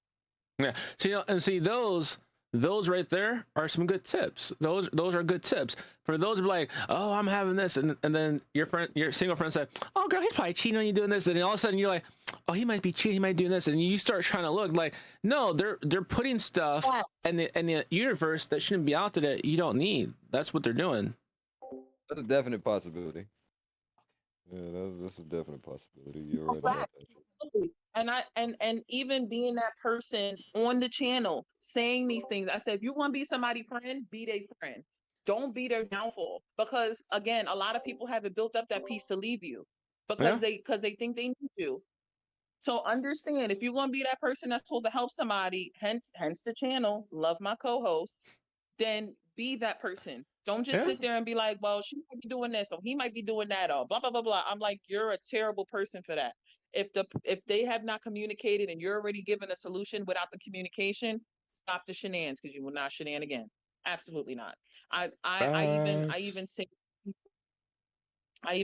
it very loudly to when in certain situations of like, I told the girl that I don't want to do nothing, but we still fucking. I said, well, did you stop? Did you stop because she wants something different? Did she stop? If she stopped, then you're mad because she has different morals than you. Why are you mad? Oh, Why are you mad? that right there. That statement's like, you call someone cheating, and it's like, oh no, wait, I caught you giving him a blowjob. I didn't want to, so you're telling me you tripped, his pants came down, and your mouth ended up on his dick? You didn't want to do it though. No, you know what I'm saying? Get the fuck out of my face. I was like, how would you do that trip to have your mouth end up on his dick? How come you ain't do it to me? That's all I want to know. Why you ain't do it to me? What'd you say, Reptile? You're annoying. The trip on the dick is crazy. No, but then you think about it, it's like, all right, it's like your girl or your girl says that I saw you cheating. I saw you on camera cheating. That says, oh girl, you know what happened? My belt fell off and I slipped, and she just happened to be there, and I slid right inside. Your pants fell down. Your dick got hard. You slid right inside of her. You tripped. That's cute. You got a little bit. Yeah, a little bit. It was a banana peel. It was a banana peel. Don't. You know what I'm saying? He said it wasn't him. It wasn't him in the shower. It wasn't him in the corner. It wasn't him in the bed. It wasn't him. It wasn't me. It's jokes. Oh man, it wasn't me. I didn't do it. No. I would never. I gotta check something. She found me. She caught me red-handed, freaky with the girl next door. She caught me butt naked on the bathroom floor. Yeah. I mean, those things do happen. My pop said, if they gonna give you some advice, they gonna be in the club to shake your ass, and then you gonna be in the divorce court next to them crying. Most men ain't gonna stop if they get it like that. They're gonna keep coming back for more. She opened her legs. Yeah, true. You know, I think that's actually one of those things too. Like when people cheat, I'm not saying you should cheat. Cheating's definitely wrong. But when people cheat and they're like, you cheated on me with this person, you lowered your standards for this person, and the person's like, well, yeah. They're like, why? And I was like, well, I wanted something you weren't giving to me. After I reciprocated what I wanted and you weren't doing it, you still refused, and you wouldn't let me lead the situation, so I just went and got it where I needed to get it from. And they're like, I can't believe you. Like, but were you going to give it to me? Like, no. well, then you can't be mad, can you? I was like, at that point, can you just That shit's leave? different. But then, but you do have those people who like try to leave certain situations before those things transpire, and they get trapped where they can't leave that situation, and so they just do whatever they need to do anyway because they can't leave the situation. No matter what they try to do, how they try to do it, they can't leave. So just make the best of it. So they do what they do, and I'm not saying that's right by no means whatsoever, but if you're entrapped, then you need to find a way out. And if that is the way out that you find and that works for you, like I said, I'm not saying you should do it, but do what you gotta do. Nowhere am I advocating that you should treat on your significant other. I was You about to shouldn't. say, please put a disclaimer. We love a good disclaimer. Someone said I should on do everything. it. No. I always say don't do it. No, don't do it. But if you do it, Yeah, I we mean, that's love on a you. good Surprised if that disclaimer. happens, Like, though. I get you. we're like, hey, can we have I mean, like, we're gonna need a disclaimer, right, Matt? I Every mean, that's time- like saying the gun shot me. No, the gun didn't shoot you. Someone had to pull the trigger for that gun to shoot you. Exactly. Make it make sense. Make it make sense. Because that Nigga, we ain't got our- automated goddamn weapons on us. What the fuck? like that, can't- one of our people that get on there, he'd be like, please put a disclaimer. Please put Yeah. a disclaimer. All right. What time is it? All right, guys. We're gonna have to cut this one short. We did 2 hours, but it was good. I just realized what time it was. I hope you guys enjoyed this episode of Chill with Zone and Company. We had Reptar. We had John here, but he dipped out. We have Reptar here. She was in the chat and she pulled up into the actual Discord. Like I always say, if you guys are in the the chat and you guys are trying to pull up and you want to actually talk instead of the type, let me know. I'll get you the details to the Discord and you can just pull up in and have a conversation sometimes. We didn't talk about the aliens. No, we didn't talk about the aliens this time because we got to get on the conversation. But we will be talking about those next week, actually. I was going to give Thad enough time actually to do a little research on it because I'm sure he actually wants to do proper digging. Are we talking about the black aliens that's coming to what's the name? The video I sent you, bro. They feel like, yeah. you talking about the ones that they talking about? They feel like it's the Anunnaki, really, and the Anunnaki actually tall as the black people. Or they look like they dragons, draconians. Oh, you talking about the Draconians? Yeah, Yeah. I definitely saw that video. The Draconians is coming, and They're coming for their I was seed. talking about the other ones. See, it's I crazy sent you how quite a this bit of now- different ones, so yeah. No, but I'm saying like this one is Draconians that CERN is talking to, and then mind you, I would not be surprised if we had Draconians or reptilian type of. I mean, that's what they said in that aliens or shit like video. that. I don't wouldn't be know how surprised. credible it really is, but I guess we'll eventually find out. Listen, there's a reason why we got the scroll and goddamn MCU and how they supposedly portraying certain people, but it's not gonna be something that takes place. Nah, I think it's possible in real life too. Fuck it. Why would we be the only fucking? There's no way that we're the only ones here on Earth in any way, shape, or form, let alone in the universe for sure. Oh, Hell we're not to the only no. beings in the universe, and I know for a fact, I can guarantee that we're most likely not the only beings on this Earth. Versus contrary belief, and they're like, oh, these motherfuckers crazy. Look, just because you I'll be don't crazy. see it doesn't mean it's not there. There's a lot of things you don't see. That's like a tree. It's like a tree falling in the woods. Does it make a sound because you're not there? It does. I mean, you about to start a whole nother conversation. You better leave because you said you gotta go. Oh. But yeah, let me get out of here. We're gonna cut this one. Tune in for next week so that way you guys can. We're gonna make it a real good conspiracy theory. We're gonna give that some time because I'm sure there's some things he'll probably pull up and send. We'll chop it up and figure it out, and we'll have some more people here, and we're gonna talk about a lot of different other things. But like always, it's been real here for a short time, but a good time. As always, if you guys want to follow No Ego and get him, his commentary on some excellent gameplay, or any other of those things, you guys can follow him on Twitch at Slimmest Gaming 1, because he hasn't changed it yet, if I'm not mistaken. That's crazy because I definitely should have been changed. It should be. I know the name on there is Eno Ego, like the word one. in the ego. So if No, he his changed it, he name is changed. Daddy Daddy. Why do we keep saying different things? His There name we is go. Daddy Daddy. You know what Daddy. I'm saying? As you heard it, Reptar, his name is Daddy Daddy still. And then then if you want your wrestling scoop or your relationship advice, you guys can head over to Reptar and not just her podcast. Reptar has came out from retirement and she's starting to stream again as well.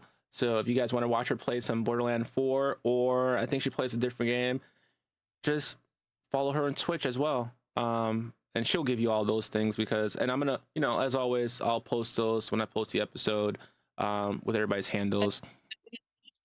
As an addition to that, we're turning 5 years old in November. It's been 5 years. So during Thanksgiving break, I'm doing a live stream for the anniversary, just to let you know. Hey, Thanksgiving break. 5 years of podcasting? Yes, Dating with Reptar will be 5 years old. We are Hey. now in kindergarten. Look at that. Kindergarten style. That's Not wild. kindergarten relationships, but No, kindergarten style. we are 5 years old. Like, I'm fast, but And I have a fun story for that for next time too. But Yeah. like always, you guys stay frosty, stay safe out there, no matter where you're at. And we'll see you guys next time. Oh, and I'll be back tomorrow for maybe some Horror Monday, probably some 2K. We won't be playing Arc Raiders because that trial ends, but we're gonna have some fun, and we'll be back on next Sunday for another podcast. Till then, you guys stay frosty. I'll holler at you guys later. Peace, niggas.